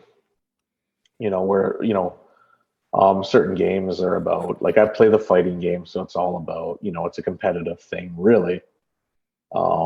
And like I like fighting, you know, just in general. Like I go to a boxing gym, right? I enjoy Oh, okay. martial arts and all that kind of stuff. Right? I kind of watching it.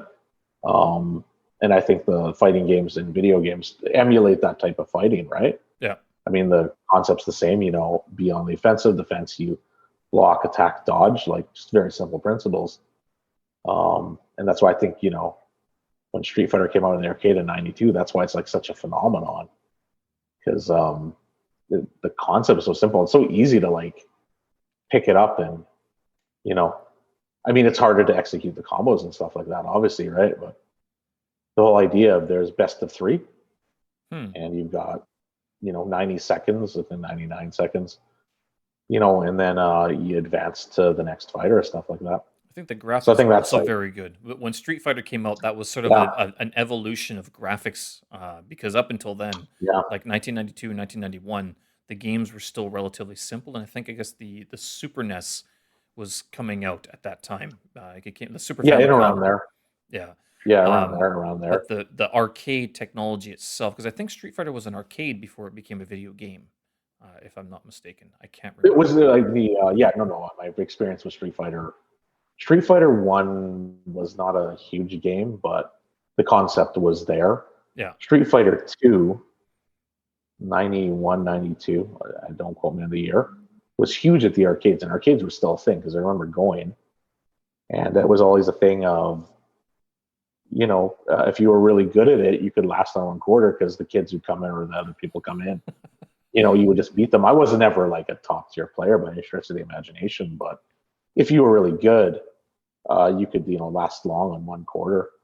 Um, but yeah, so I mean, you know, obviously gaming's involved, and there's ways to monetize off of it these days. And yeah, Are I'm you, surprised you haven't connected with Minecraft yet.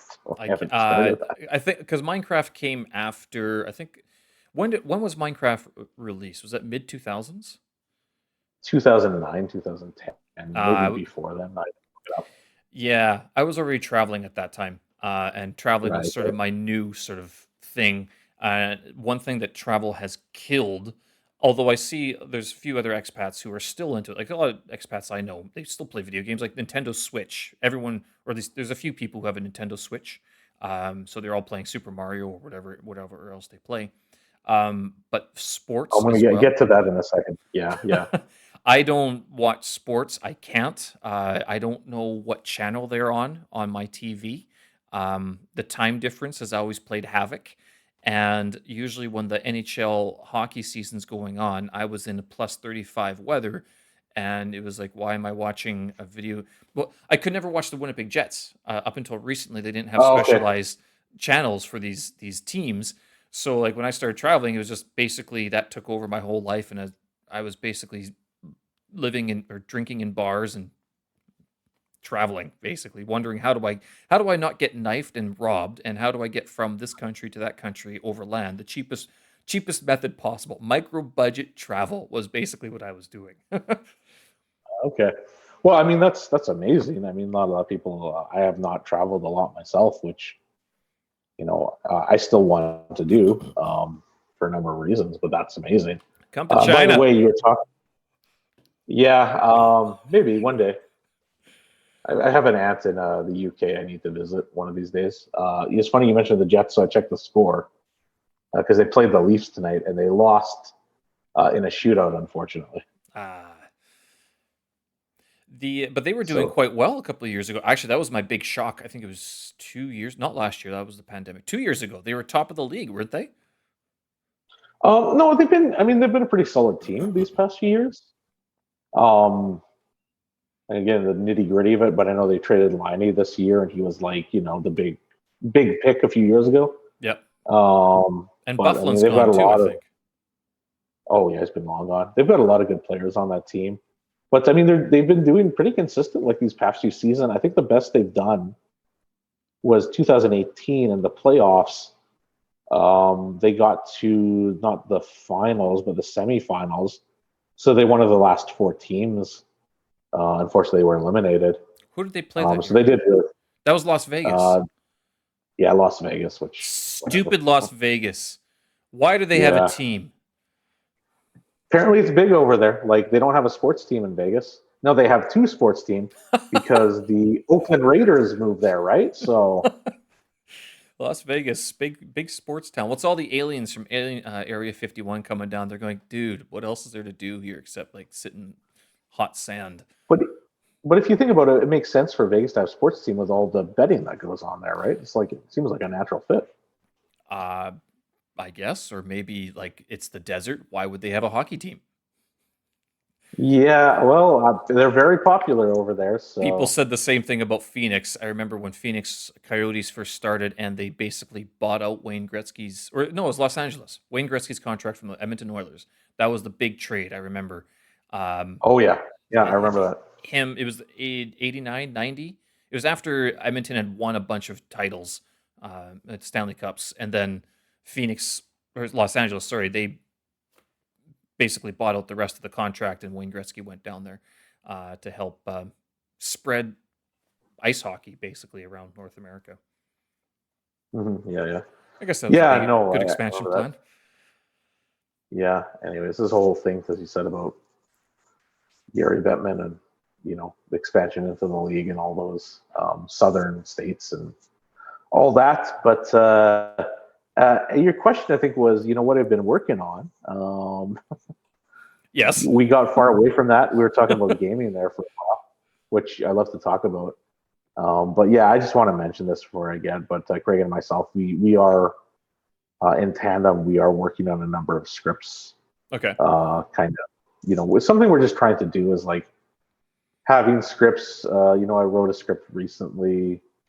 I wouldn't say I'm going to go make it tomorrow, but it's something to have, like in case we get to that point where we can, secure financing with them sometime in the near future, which is a hard thing to do, admittedly.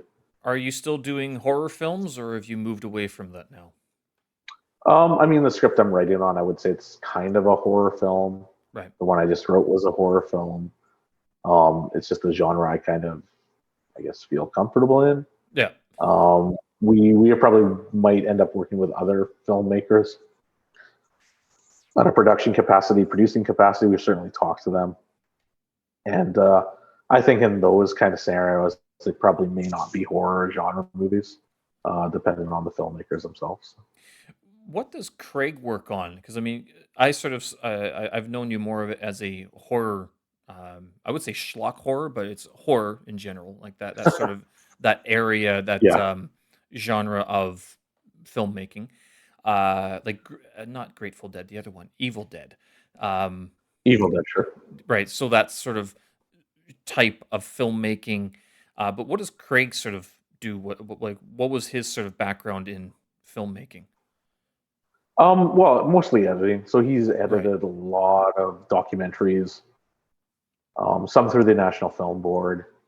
Done a lot of visual effects for films, a lot of graphics. He worked at CBC, did graphics there. Right on. So I mean, and then some of those films he did for CBC, he directed them.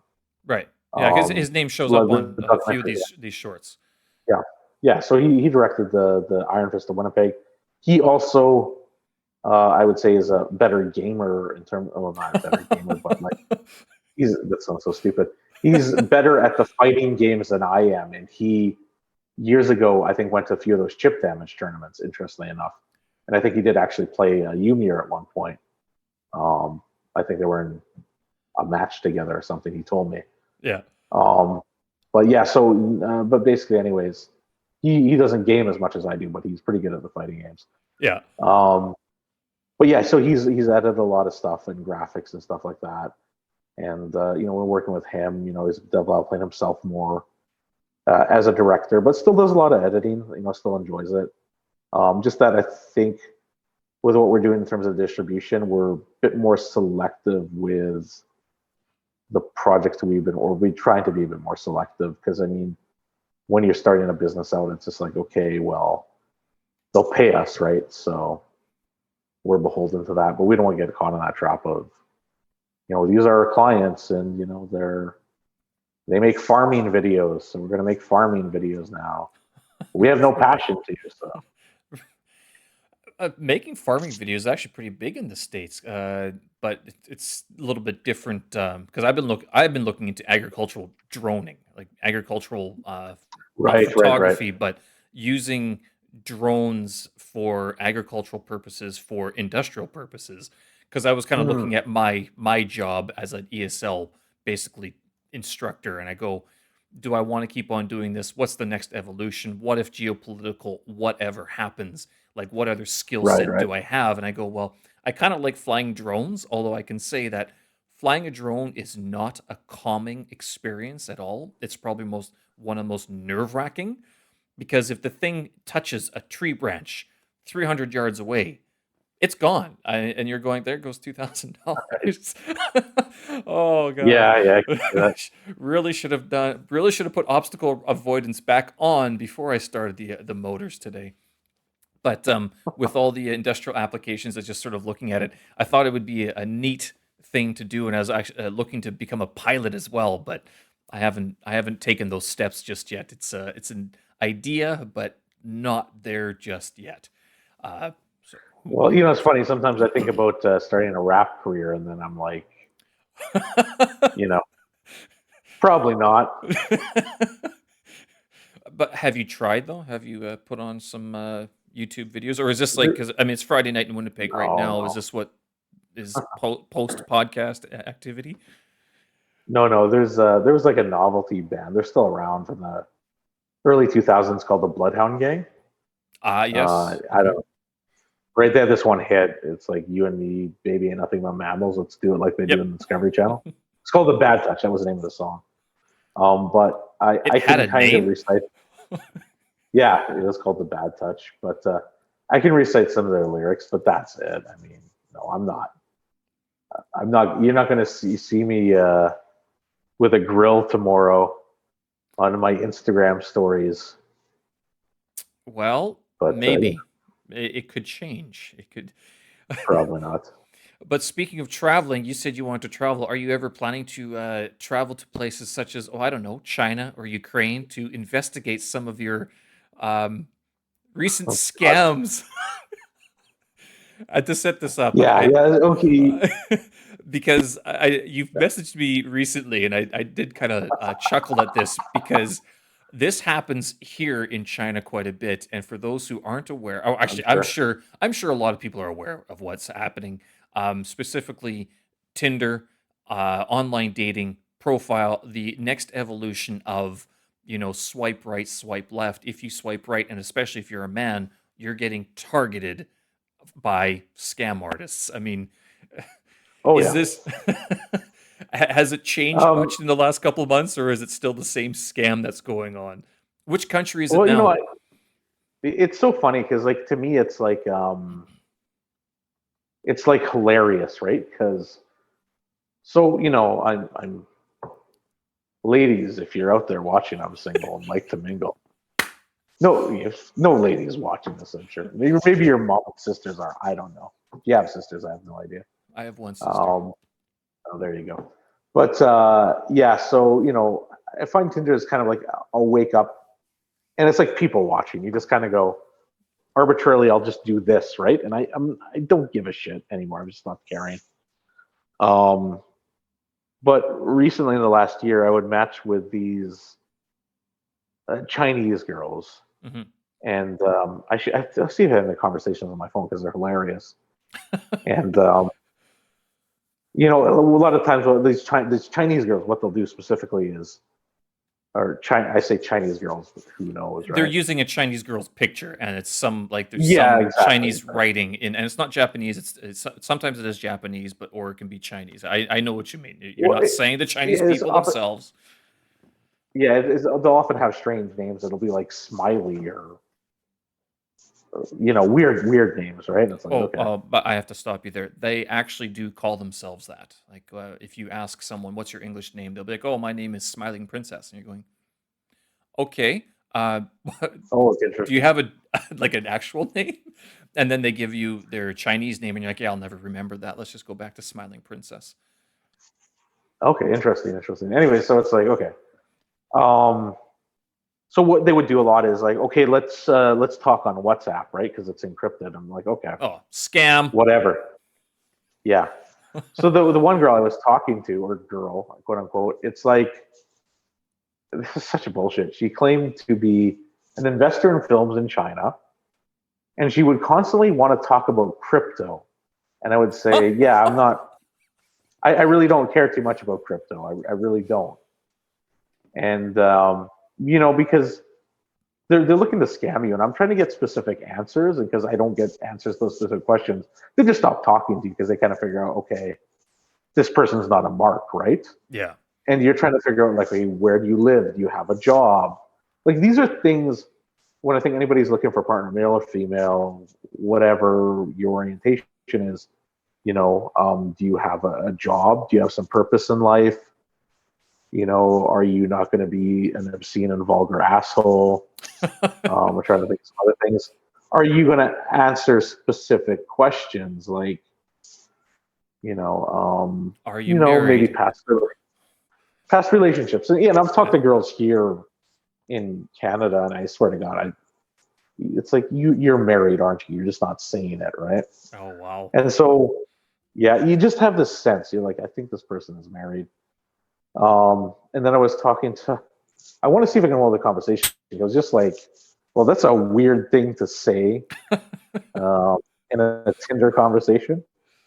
And I'm always trying to be very polite, right? Because like, even though these are probably scammers, you don't know And the things what that the these story things is. can get screenshotted, and who knows how they're going to be taken out of context. Yeah. So okay, my God, I'm just gonna read this. This is a conversation. It's not too long. This woman's name is Cieely.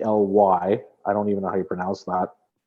Sicily, And this, Sicily. who knows, Okay, Sealy.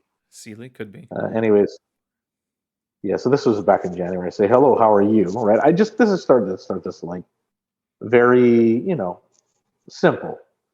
I'm fine. Very happy to talk to you here. I say, all right, you in Winnipeg. This is the first question I ask. Are you in the same location as me, right? Right. So I'm trying to figure out. I now live in Singapore. I plan to live in Winnipeg mid-March, okay, and start a new life. My parents have a house in downtown Winnipeg. Okay, anybody who lives in Winnipeg knows that the downtown is mostly apartments, and You there's don't have houses maybe houses. in the downtown, right? So it's like, okay, have a house in downtown Winnipeg. We can have a drink together when we meet. I said, I mean, okay, but I doubt the pandemic will be over by then. Like if restaurants and bars are open, but they're still closed here for the next 3 weeks here for sure. So this is like January, Right. and they're still closed, and you can only eat with people in your own who you live with right now. And then I said, "Are your parents in Winnipeg, and what brings you to Winnipeg?" I want to start a new life there. My parents live in Singapore, but they'll go there with me. And this is very bizarre. It's just like, hasn't Mexico already issued vaccines now? Okay, well, I'm in Canada. Maybe she thinks Winnipeg's in Mexico, right? I don't know.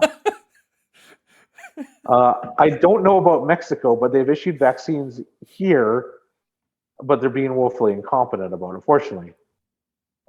Which, I mean, they've been getting better at it. Manitoba has been one of the better provinces, apparently.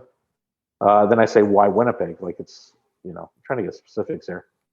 My parents have a house there, so I can live and start a new life. I said, okay, are you going to school here in Winnipeg? Do you have some kind of work or job lined up here, right? Mm-hmm. Like, what are the specifics? And this will just blow your mind. This is like, why would you say this? And it's funny because I'll read this, but after I looked this up, it was like somebody had a similar conversation with somebody else and knew it was a scam. My ex-husband cheated and caused me to have a miscarriage. Oh. So I want to start a new life in a different place and also have my own business. Okay, that's pretty heavy.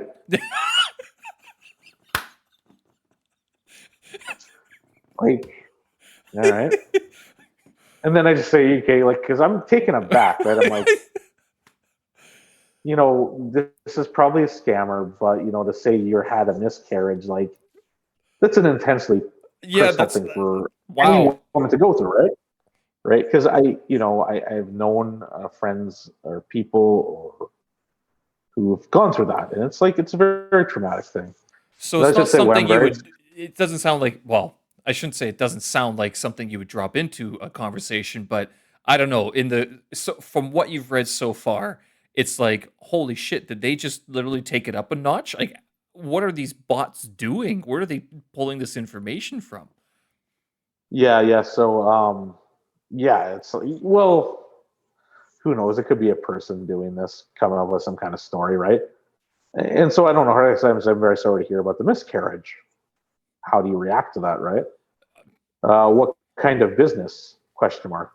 Yes, what do you do? And then I say, I'm a filmmaker. I'm a film distributor. Really, it sounds cool. I run a beauty salon.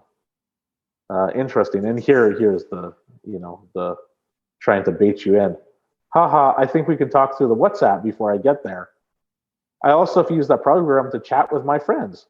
Share photos there. I want to add you. And she asked, I guess, I don't know, are you still there? And then I basically asked, okay, let's go on video chat. Like I always say, let's go on video chat, right? Wow, you're brave. Never happens. Yeah, it never happens. Never happens because they're not going to do it, right? Because his scam would be unveiled. Yeah, it's like it could be some guy from India, it could be some guy from Nigeria, it could be who knows, could be a guy from anywhere in the world. I shouldn't target those countries. Downtown Winnipeg. Yeah, some guy in downtown Winnipeg. Who knows? In his house in downtown Winnipeg, right on Portage Avenue, right next to the Bell NTS Center. There's a house there. I don't know if anyone knows it. So yeah. Anyways, it's always interesting to kind of match with these and try to figure out what scam they're trying to pull. That's I think I get more pleasure out of that than anything. I think this is your new entertainment. Yeah, it is very entertaining. And then there was another. Well, I think I asked you because I knew you were well traveled and I knew you were knowledgeable about it. And someone fairly close to me, I think, someone fairly close to me had like an experience with a girl in Ukraine. I don't want to get into, but yeah. Anyways, so it was I matched with this girl. She looked Eastern European, right? And in Winnipeg, there's a lot of people from Eastern Europe. Yep. Like obviously we're like a few generations apart, but there's people that come, and my family, my brother-in-law is from Poland originally, and so there's people in his extended family who, I think his cousin is married to a gentleman who's from Russia. Right. He's a professor, so like he's here, but was born in Russia, right? So there's lots of Eastern European people here. So I thought, okay, I matched with this girl, looked normal in it, the ones that are really dolled up, you're like, okay, this is bullshit, right? So I matched with her, and I thought, okay, people can use VPNs, obviously, but it said like 1 kilometer away. And, I said, hey, nice to meet you, all this. And she's like, oh, well, let's talk on email. And right there, it's a red flag, right? So I'm like, okay, let's see what this is. Yeah. So I create a fake email account. And then I don't have the email here, unfortunately. But I create a fake email account, and she emails me back.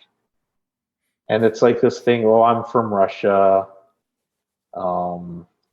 You could come here, we could meet, we could come here, and then we could have this relationship. And she told me her weight and height. I'm like, okay, that's different. And then she sent photos of herself, right? And she's all dolled up in these photos. Yeah. And there's like this clip, and it's just like her, like, it's some like department store, looked like a Sears or something, like the makeup counter. Yeah. She's just like, oh, tee like in this clip. And so I sent her a very long email back, and I said, okay, this is what I do. And I basically said, like, look, I'm poor, I'm not fucking rich or anything. I was up front, and something about like, oh, do you know girls in Russia? And I said, well, I know there's scams that come through Russia, and like, yeah. Especially online. Maybe you'll prove. Yeah, and said maybe you'll prove me wrong, but I don't know. And of course, she never got back to me or wrote back to me or anything. But you were saying, and this is interesting, that these girls sign up for this basically because it pays them well, and basically their job is to like scam men. Basically, is what they do, right? Their job is to chat. I don't think they do the scamming. I think they're given a script or a guidance on what to say, and then there are other hands that are controlling the situation. And I say this because when I was in Ukraine, I remember there were one or two of my students who were involved in the chatting aspect, and then there was at least one expat I met who had said, "Yes, I run one of those chat agencies, one of those like those banner ads that you say talk to Ukrainian girls." He was the one who was behind that sort of that marketing and that business. I'm like, okay, interesting. So apparently it's a legitimate business. There are faces behind those banners, behind those chat boxes sometimes, and I'm not sure if it's the same thing with the Chinese representative, but or the Chinese picture. But yeah, I know. Being an ESL teacher, you meet some of these people who are just working on their English to find a job, and sometimes that job is chatting to foreign men online. So it's interesting because like it helps them with their English. And if I fell for it, I could have been talking to possibly different people at different times. Yeah. So I'm kind of curious. So I mean, that's I assume what would happen. Because to me, it's like I know you hear these things about like there's not as much man as there is a woman in the Ukraine, and all the women in the Ukraine are beautiful and all stuff like this. But well, I'm sure there's people out there. Yes. Sure. But I'm sure there's people in the Ukraine, who are in relationships and happy and, no different than the rest of the world. Yeah. And so there's probably a stereotype to this, right? I would think. Well, I'd say that there is. When I was in Ukraine, that was already 9 years ago, can't remember. But that was the people who the expats that were there were usually older, like 40s, 50s. If Hmm. they weren't divorced, then they were either never married or, they came from a family background that wasn't like, I would say a broken family. Like they weren't very close with anybody back home. Um, Right. and so one of the reasons that they moved to Ukraine was because they had heard one thing or another, whether it was the women, whether it was the money, the jobs, or there, there's no money and there's no jobs in Ukraine. Um, Right. Okay. but I mean, the and where I was in Kharkov, which is closer to Russia. It's you've and it was it's called a smaller city. Although it's a big city, it's a smaller city. It's not the same as like Kiev, which would be a capital, very similar to Toronto or Montreal. But I Hmm. mean, so the expat community, I wasn't really part of it as in terms of culture because I was this traveling ESL teacher, whereas these guys were sort of, I came to Ukraine. I have nowhere else to go. I'm here. I'm going to keep on working. I have a girlfriend or wife or whatever. Not usually a girlfriend.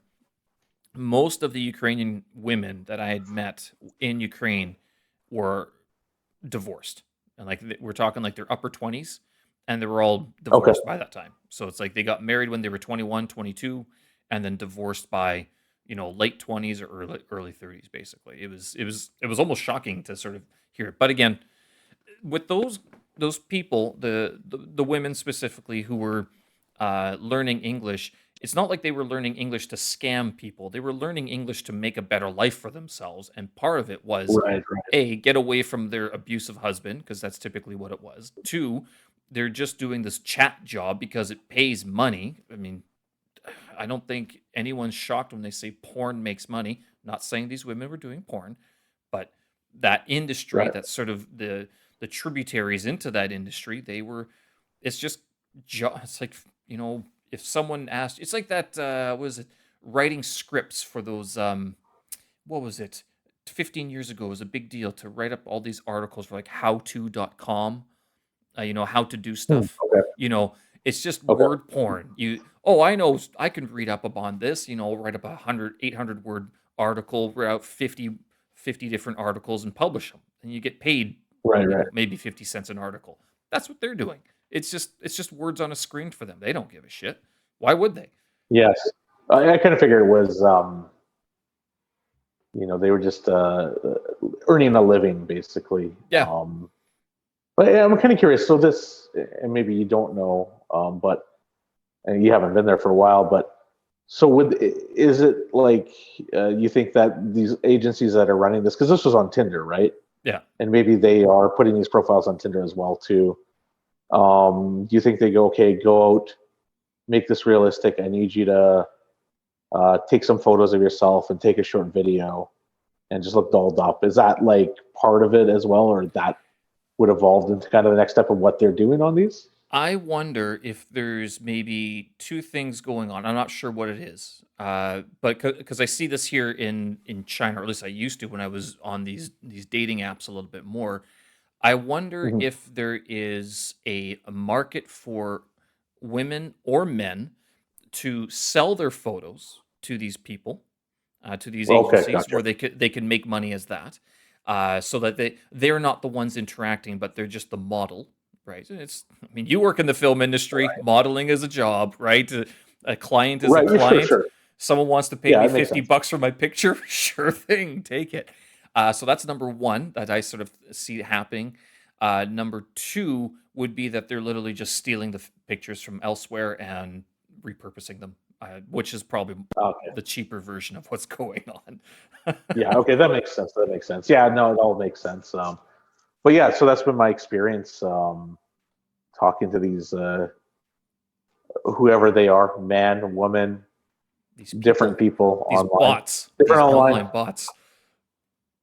China seems to be the ones that mess around China seems to be about crypto scams, and I think the one in the Ukraine, you obviously know that quite well in terms of what they're running. What were But they it's asking like one for? of these. Were they just asking for your companionship, or were they going to get you to send money? Because I think that was what it was before. Like the Ukrainian women would typically, or whatever the Ukrainian chat was, it was typically, "Can you send me some money?" Well, I think it is. I think this is what I think it would be is it's like a con game, right? I think Yeah. is they want to figure out if you're a mark, Hmm. like any con person would. So it might start with very casual banter. You're very pretty, whatever. Of course, me being me, I was not quite an asshole on this email, but I was direct with her. I was like, look, I know there's scammers out there. So I think I signed off the email with like, if you're not a scammer, have a great day. If you're not, go to hell or something like that. Or if you are Oh, that's a scammer, pleasant. go to hell, right? That's a good sign. Right. So it's kind of like, so, but I was very direct. But I think they're looking for, if you're a mark, and, I think we know there's lots of guys out there that'll just like fall over a girl if she's very pretty, right? I don't know. Um, Who is this? Because I sort of see it and I go, or I don't see it. I'm like, why would anyone trust this? Maybe I'm too skeptical of a person. Like, why would yeah, someone but do there's all that? those like douche bros or whatever you want to call them out there. Like, if you see these people that have been scammed, and there's like nerdy guys, whatever, there's lots of people that will fall for this, and people that, probably you wouldn't expect to, I think, do fall for it as well, too, unfortunately. But they're basically looking for, because there's even ones where I was like, oh, okay, is this real, right? You have that doubt in your mind. Yeah. Like, because, it's like, oh, pretty girl's paying me attention, right? I think as a guy, we all have that, like, oh boy, right? Um, but yeah, I think what they are trying to do is, I mean, with the Chinese one, it's like a crypto scam. So they're like, give us your Bitcoin at some point. They're probably going to ask, right? And it's like, oh, I don't have Bitcoin. So I guess Credit tough card luck number for you. instead. Yeah, exactly. But I think with this one from the Ukraine, it's, get some more details. And then it's a bit of a long con. So, and I've heard that, maybe it's like, well, the one thing I heard is like, some of these girls might have like multiple men that come and visit them and spoil them and pay for things, right? That's one thing I've heard of, Yep. which makes sense. And you're never going to caught for it. And 100%. really That's probably happens all the time. that is Um, common in Southeast Asia. If you, yeah, I've heard that I a mean, lot too. Yeah. basically, the heartbreaking one. This poor guy. I did feel bad for him when I was in Bangkok one time. He was like, "Oh yeah, my girlfriend's just in town for the weekend, or for the week or weekend for the weekend." I'm like, "Okay, that's interesting. Why?" She's like, "Oh, she just has to go back to take care of her family." And this guy's like, "But this girl, she's I don't real. know. She's genuine. She's not like these other girls." I'm like, "No, dude, that sounds pretty textbook. She's taking you for a ride, literally and Yeah. figuratively. You're paying for the tickets. You gave her money to take care of the family. I think she had like 4 kids, and probably was still married. Um, I wonder if the guys, if these women are still married and the men know what's going on.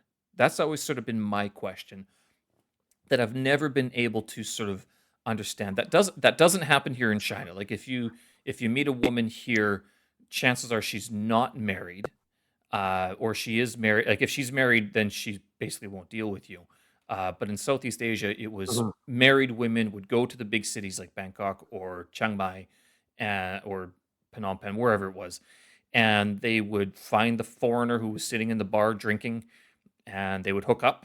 But that was a weekend job for these women, and then on Sunday night or Monday morning, they'd fly back to their small town and take up the mantle of housewife, basically. Right, right, right. Yeah. Yeah, it's interesting. But yeah, I've heard that in Southeast Asia as well too. Like happens all the time.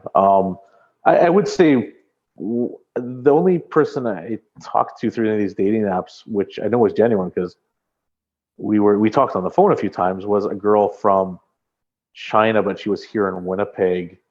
Nothing came of it. It was a very nice girl, but she was here trying to get her permanent resident card, Yeah.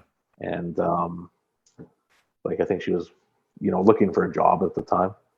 But it was like, oh, I worked for a real estate company in China, and I'm here and trying to make a life for myself.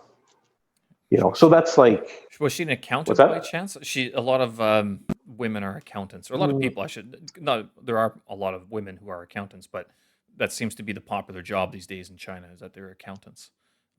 Yeah, it could have been a receptionist or something along those lines, or Hmm. some kind of administrative job. But yeah, I mean, that's the only time I've actually, and we talked a few times on the phone, like I say, nothing ever came of it. And, that's like the difference between, like, I think you have to ask those questions, like simple questions, like, do you have a job you go to?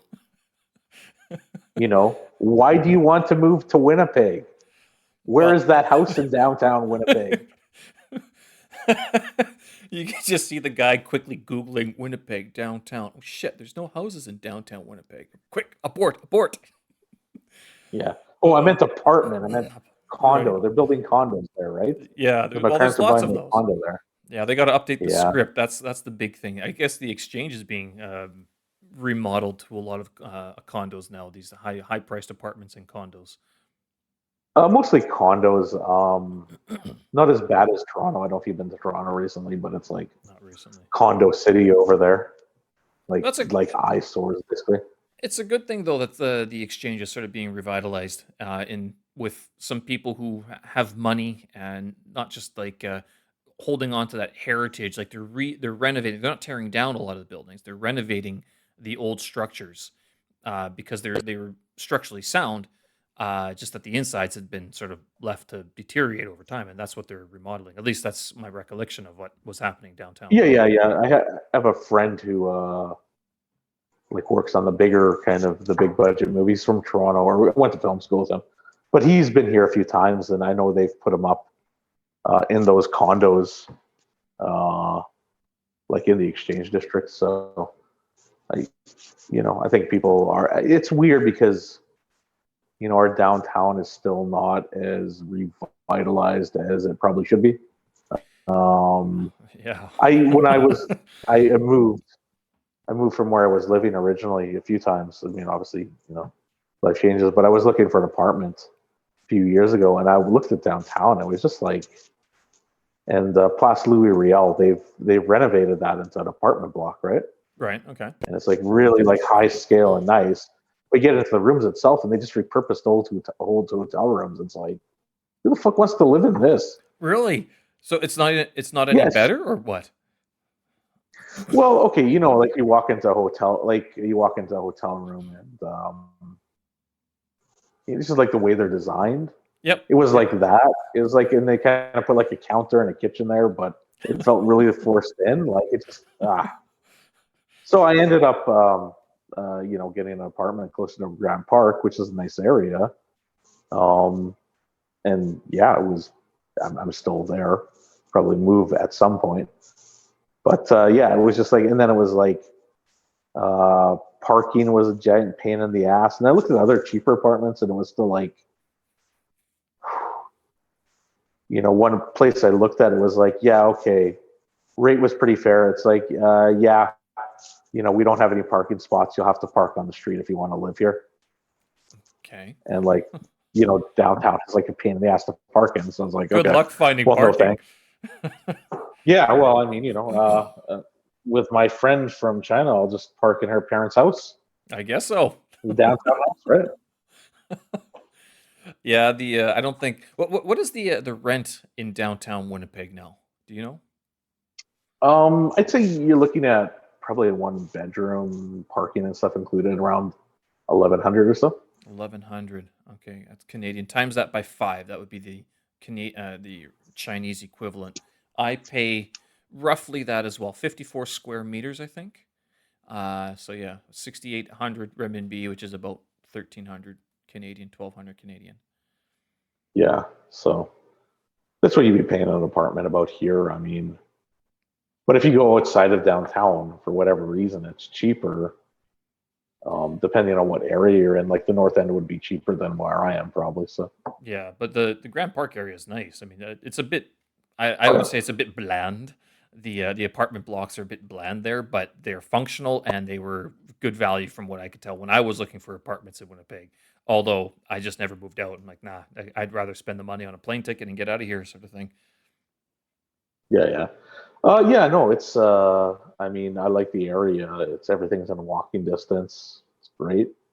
Um, yeah, close to everything. So, Well, and Grant Park Mall but is there. I mean, it's that mall's gotten a lot yeah, better too over time. yeah, it's pretty decent. I mean, I can't now, but I'd like going to if there's like a movie, like usually on a Good Friday or these kind of holiday days, I would go see a movie. Yeah. Like, but I can't right now, unfortunately. It's one thing I really miss about the pandemic is just the ability to go see a movie in a theater. Is Winnipeg still locked down? Because I'm hearing this like Canada's going into a third lockdown, and I'm looking outside of China. Like people are back to like this weekend is a holiday. It's the tomb sweeping festival, so a lot of them go out to their the cemeteries and they clean up the cemeteries for their ancestors. But I mean, Okay. other than that, it's things are open. Like the weirdest thing about this whole pandemic is that the expat bars here in Beijing never really shut down.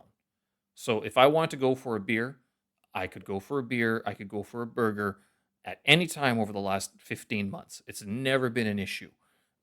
The only issue Huh. was money basically. I had to wear a mask, do the app tracing. Okay, the government knows all my information anyway, and then but it was money that was sort of the thing. Like because if we didn't work, we didn't get paid, and as the pandemic lengthened, that sort of became more of an issue. But I mean, expat bars, expat life. If you wanted a burger, you wanted a wrap, if you want to order steaks, it was all open, business as usual throughout the whole thing. Interesting.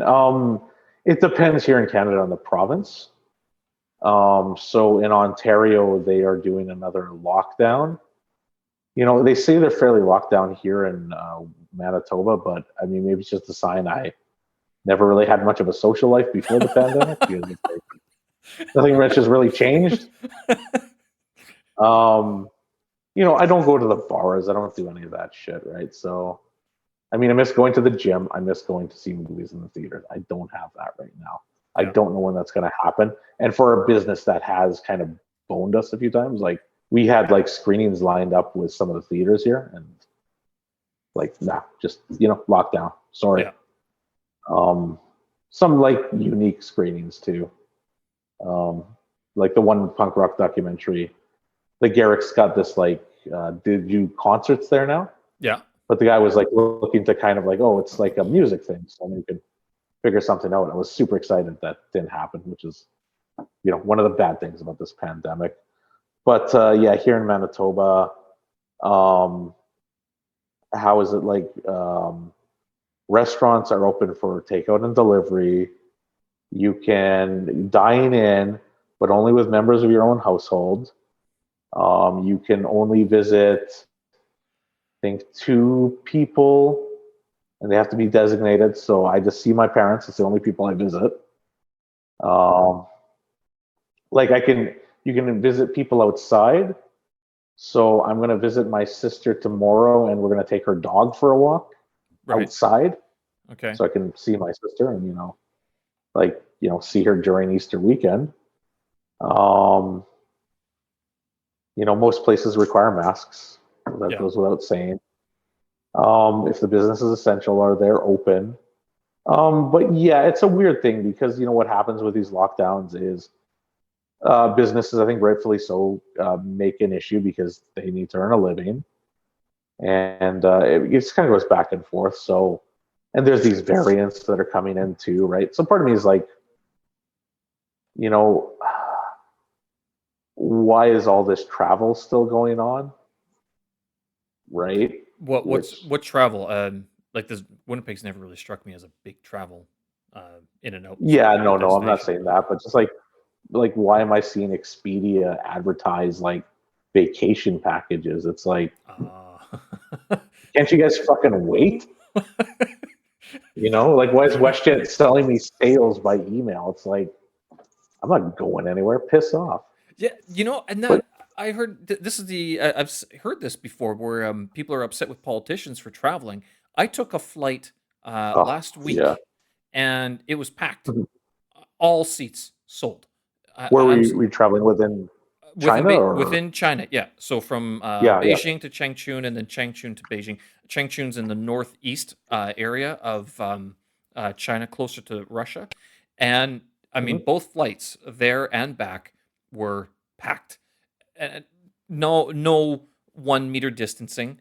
I mean, the one Huh. thing at the gate they gave you a little squirt of foam on your hand, like antiseptic. I'm like, okay, so Right, right. all right, so now I'm going to go touch everything else that hasn't been disinfected. But I mean, my question is like, did you disinfect the tables properly now, or have you still not started Yeah. doing that? Or the little pocket in front, in the seats, like, have you disinfected that? Because those are where the germs reside, not so much on my hands at the moment.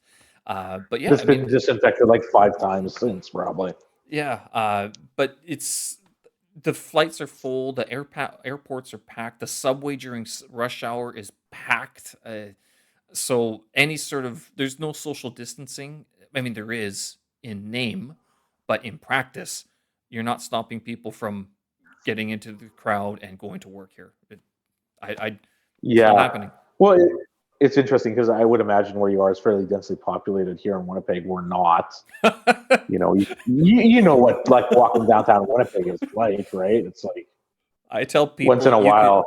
you could spin downtown with your arms out to the side and not hit anybody, basically. Oh yeah, yeah, yeah, yeah. You could, yeah, absolutely. Um, it's so not densely populated here for one thing, so you're probably dealing with that. But yeah, I mean, in terms of lockdown here, it's like I don't know if we go into another one. With this travel, I think it's like there were these variants in from the UK. So dollars to donuts. There was some business traveler who probably didn't need to travel, but or insisted, or some travelers like, well, I need to travel for whatever bullshit reason. Probably didn't need to. Bought it, spread it around everywhere. Where it's like it's so impossible to control. And I'm one of these people that I believe in the science. I'm following the kind of things to do. And again, I'm not like a young kid, so I'm not going out to parties or anything like this. Right. But there's just people with all this like bullshit and kind of I want to say ruining it for the rest of us, but I think what they're doing is prolonging this whole thing. I mean, and it's impossible for everyone to be like, one person to say, okay, everyone shut the fuck up and listen Yeah. and do this. No one is going to listen or do that, right? That's the issue. Which is kind of funny because here in China, as much as people criticize the government for various other reasons, the government said, shut the fuck up and listen. People just, okay. There was no Oh, real, interesting. there wasn't any sort of pushback. If Huh. there's one thing, there might have been pushback, depends on what the media would say. If you could find some of that media, maybe you can't. But basically, it was everybody, once the government mandated masks, everybody, it's not like no one had a mask. It was everyone has a mask here because Beijing is one of the most polluted cities to live in. China is one of the most polluted countries Right, to right, live in. right, right, right. It wasn't always, hey, put on a mask because you'll die from the coronavirus. It's like, oh, just make sure you wear your mask all the time now, because in addition to the pollution, there's the coronavirus that's going around. So, I mean, for health and sanitary reasons as well. The one thing that was a big change is that nowadays they have hand sanitizer everywhere, whereas they didn't have that before. Right, right. There's a lot more soap that's prevalent, although Mhm. hand sanitizer is much more prevalent than soap.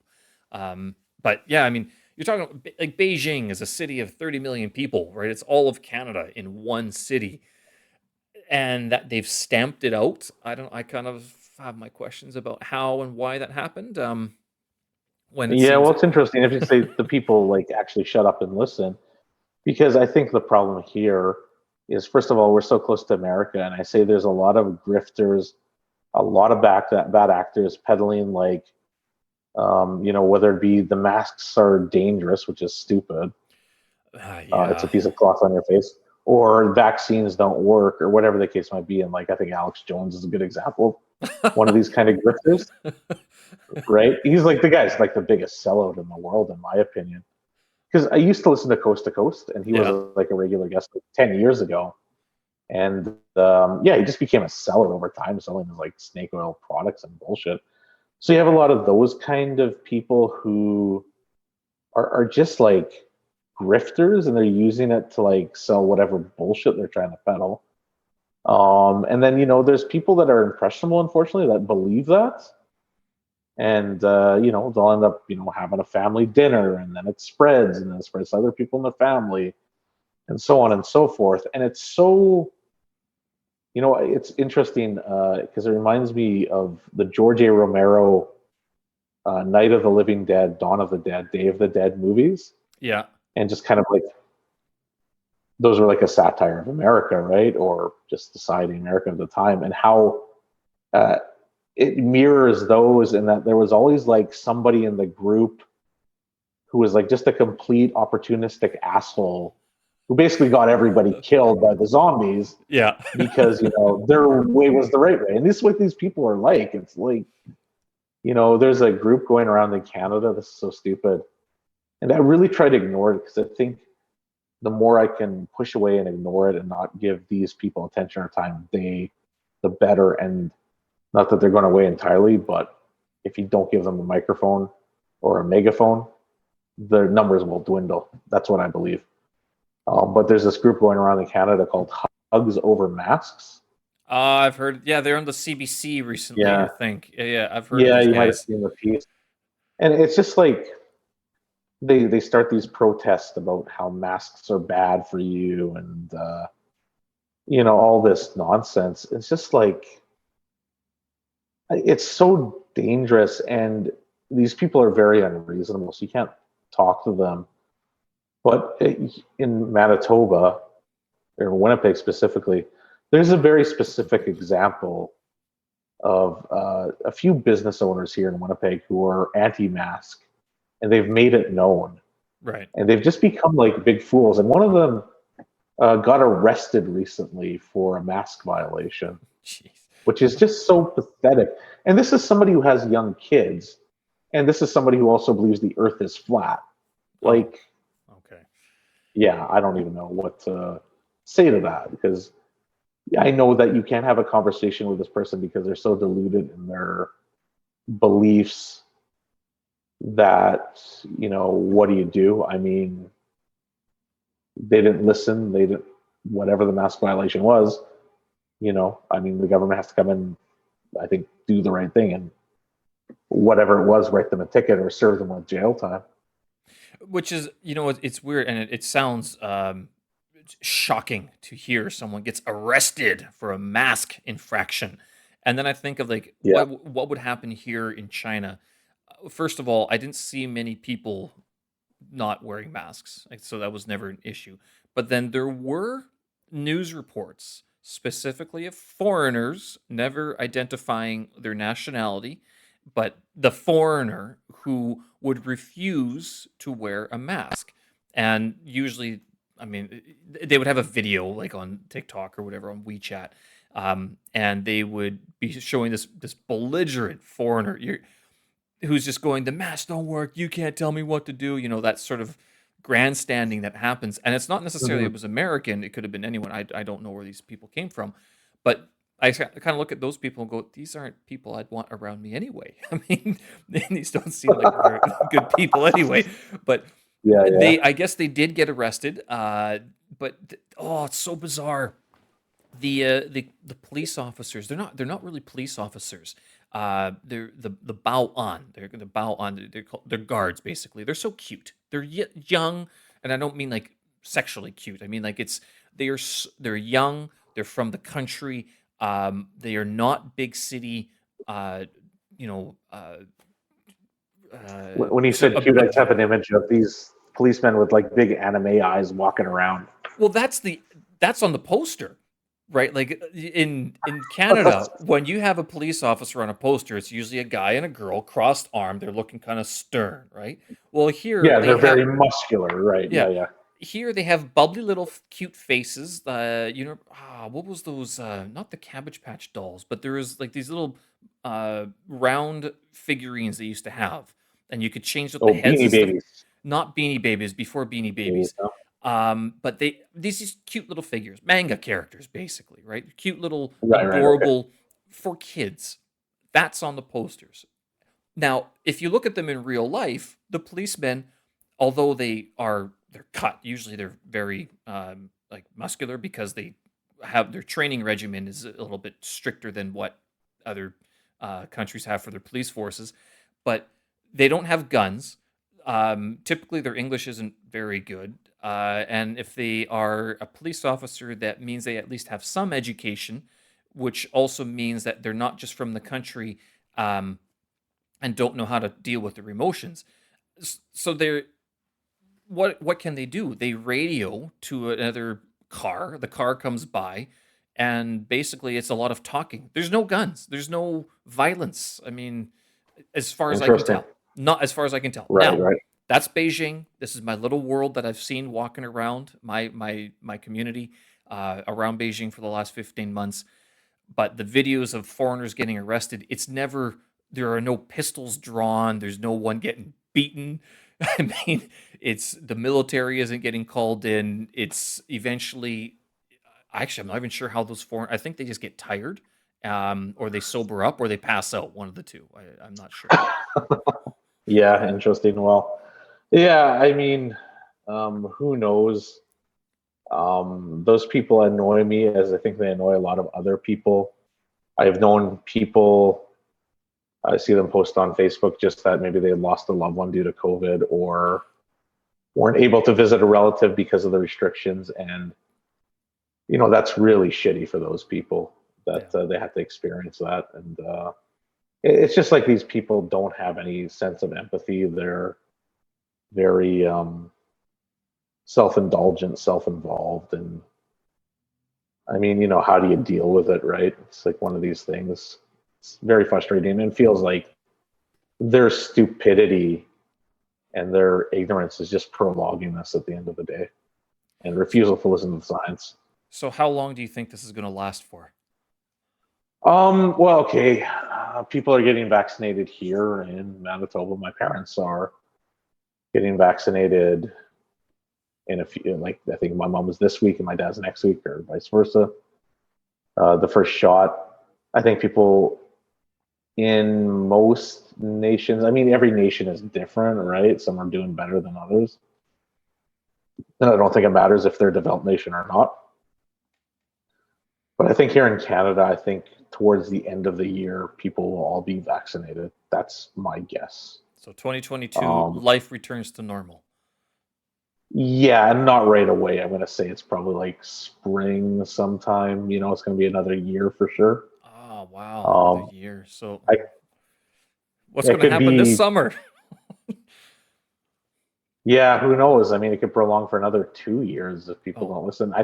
don't say that. I think, yeah, no, I just think that's the reality because there's also this thing of the people we're talking about who, these anti-vaxxers, which is like a huge problem onto itself.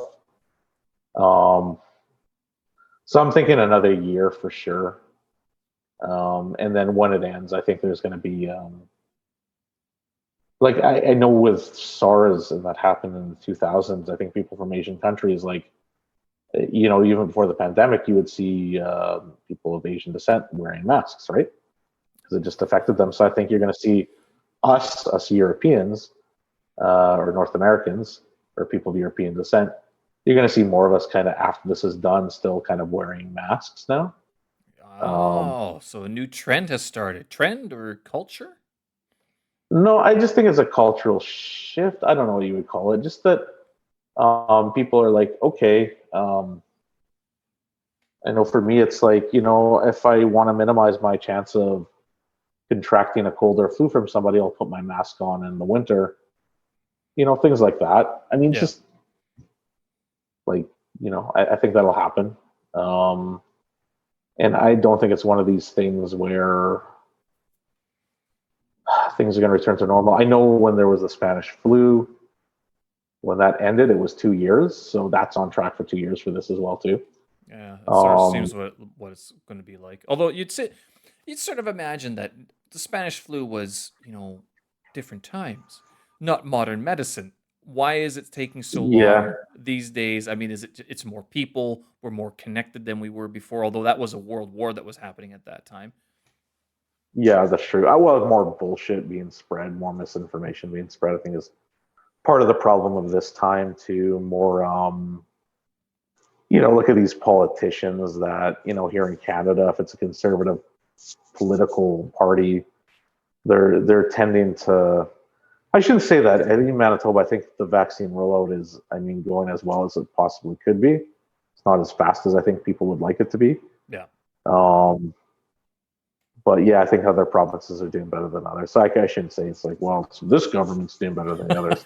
I don't really know. I'm not that knowledgeable to say for sure. I'm sure someone has done Um, a study about it. but I will notice this in the States, as particularly in Florida, which is like, you hear things about Florida. It's just like they don't give a shit anymore. It's like, like the spring breakers were there recently. Oh, yeah, yeah, right. Yeah, like, and then Texas is just like, yeah, fuck it, we're not wearing masks anymore. So, you're dealing with like different perspectives of, and I don't want to say one's right or the other. It's like businesses get frustrated, so you got to keep the economy going, but you got to keep people safe and not, kill out the entire population. Yeah. So it's like these two kind of things butting heads with each other and trying to find a common ground, which is not easy Very, by any stretch very of the difficult imagination. to do. Yeah. All right. Well, it's been good talking to you. I think we'll leave it there. Yeah. If people want to find you, where can they do this? I have your website, but what are your details for people to track you down, Well, call with you, my email you? Chinese girlfriend, I'm living at her house in downtown Winnipeg at the moment that her Okay. parents got for her. No, if it's the plug for myself, Zellco Entertainment.com, go there. If they're all Canadian movies of varying genres. So take a look, see what's of interest to you. We do market kind of, as you would say, business to consumer. So if you saw a movie, you liked it, share that with us we're on all the social media platforms, even TikTok. Wow. All the big ones, I should say. Yeah, There's yeah. tons of social media platforms on it. But yeah, definitely let us know. We like to have that feedback. Let us know where you watched the film, what you liked about the film. And hopefully as we continue to kind of build it, maybe we'll have more titles that might be of interest to you. So definitely we want to be interactive with the people that watch our films. So let us know if you watched it. And if you're a Canadian filmmaker, it's not hard to find us. You guys have found us already quite handily, quite easily. And I don't want to say, this is my favorite film in the catalog. I think you just go to the website, see what's there, see what you enjoy. And always, sign up for a newsletter. We're constantly updating stuff there. And and hopefully when things return to normal, we'll have some more screenings, theatrical for some of our titles. We're hoping to expand our physical media products. And if you are a collector of movies, you can buy them from us directly generally. So. Cheers. All right, good. Yeah, In terms of favorite movies, I won't say favorite movie, but if people want a connection between me and this and Zellco Entertainment, Bunky Blum and the Talking okay. Train, that was the movie that Oh. I worked on for 2 days, I think. Um, Oh yeah. that was a while ago. I remember working in one of the parks in the North End. I can't remember which one it was. Oh, and Um, Transcona probably would have yeah, in been. Yeah, yeah, Transcona. And I remember yeah. that's where I was introduced to chocolate chip frappuccinos from Starbucks because that's what one Oh, of the grips was buying for other people. Julian, I think you remember Julian. Um, oh, but the bigger. Yeah, yeah. yeah. Julian. Yeah, of course. Yeah. So he was buying chocolate chip frappuccinos. I think a chocolate chip half whatever it was. Anyway, but yeah, that was the big thing. So that's the movie. Diabetes, basically, is fine. Diabetes. He was with Yeah. diabetes. Yeah. Yeah. But that was the movie that I worked on that you guys have listed on there as well. So, all right. Yeah, yeah. Cool, man. Cheers. Thank you very much, Dave. It was a pleasure talking No, to you. thank Pleasure you. seeing you again. I hope things work Yeah, out with the whole absolutely. pandemic and that the business keeps improving over the next. Well, you got another 8 months to perfect your social media game during the pandemic. Yeah, or just our marketing game in general. Absolutely. Well, if I'm ever in China, my sister actually went there a few years ago with her husband. She likes to sew Yeah. and make clothes and stuff. So it was very interesting to her. But yeah, definitely if I'm ever in China, I'll have to visit you. And you can set me up with some nice ladies there, I'm sure. I probably could. Just let me know. Okay. Just so long as they have a house in downtown Winnipeg. Well, that one might be difficult as soon as they learn about the house situation downtown Winnipeg. All right. Thanks a lot, Dave. Talk again. All right, thank you. Take Bye care. bye. Bye. All right. So that was episode number 22 of my podcast. Thank you very much for joining me. I hope you guys enjoyed that conversation with Dave Zellis of Zellco Entertainment. We've known each other for quite a while and kept in touch over the years. As a Winnipeg-based producer and filmmaker, he's certainly and mostly from the micro budget to low budget filmmaking side of things. He's very helpful, very knowledgeable in that area. Get in touch with them. Go to the website, check out what they have to offer. There are some micro budget options, but also some larger budget options that you could take a look at. If you got some time to kill, or if you're looking to expand your horizons as a film buff, or you got something you need something to do this weekend or anytime you want to support some local filmmakers. Righto, thanks a lot. I will have all the show notes on my website, stevensersky.com. Thanks for joining me. We'll talk again. Bye-bye.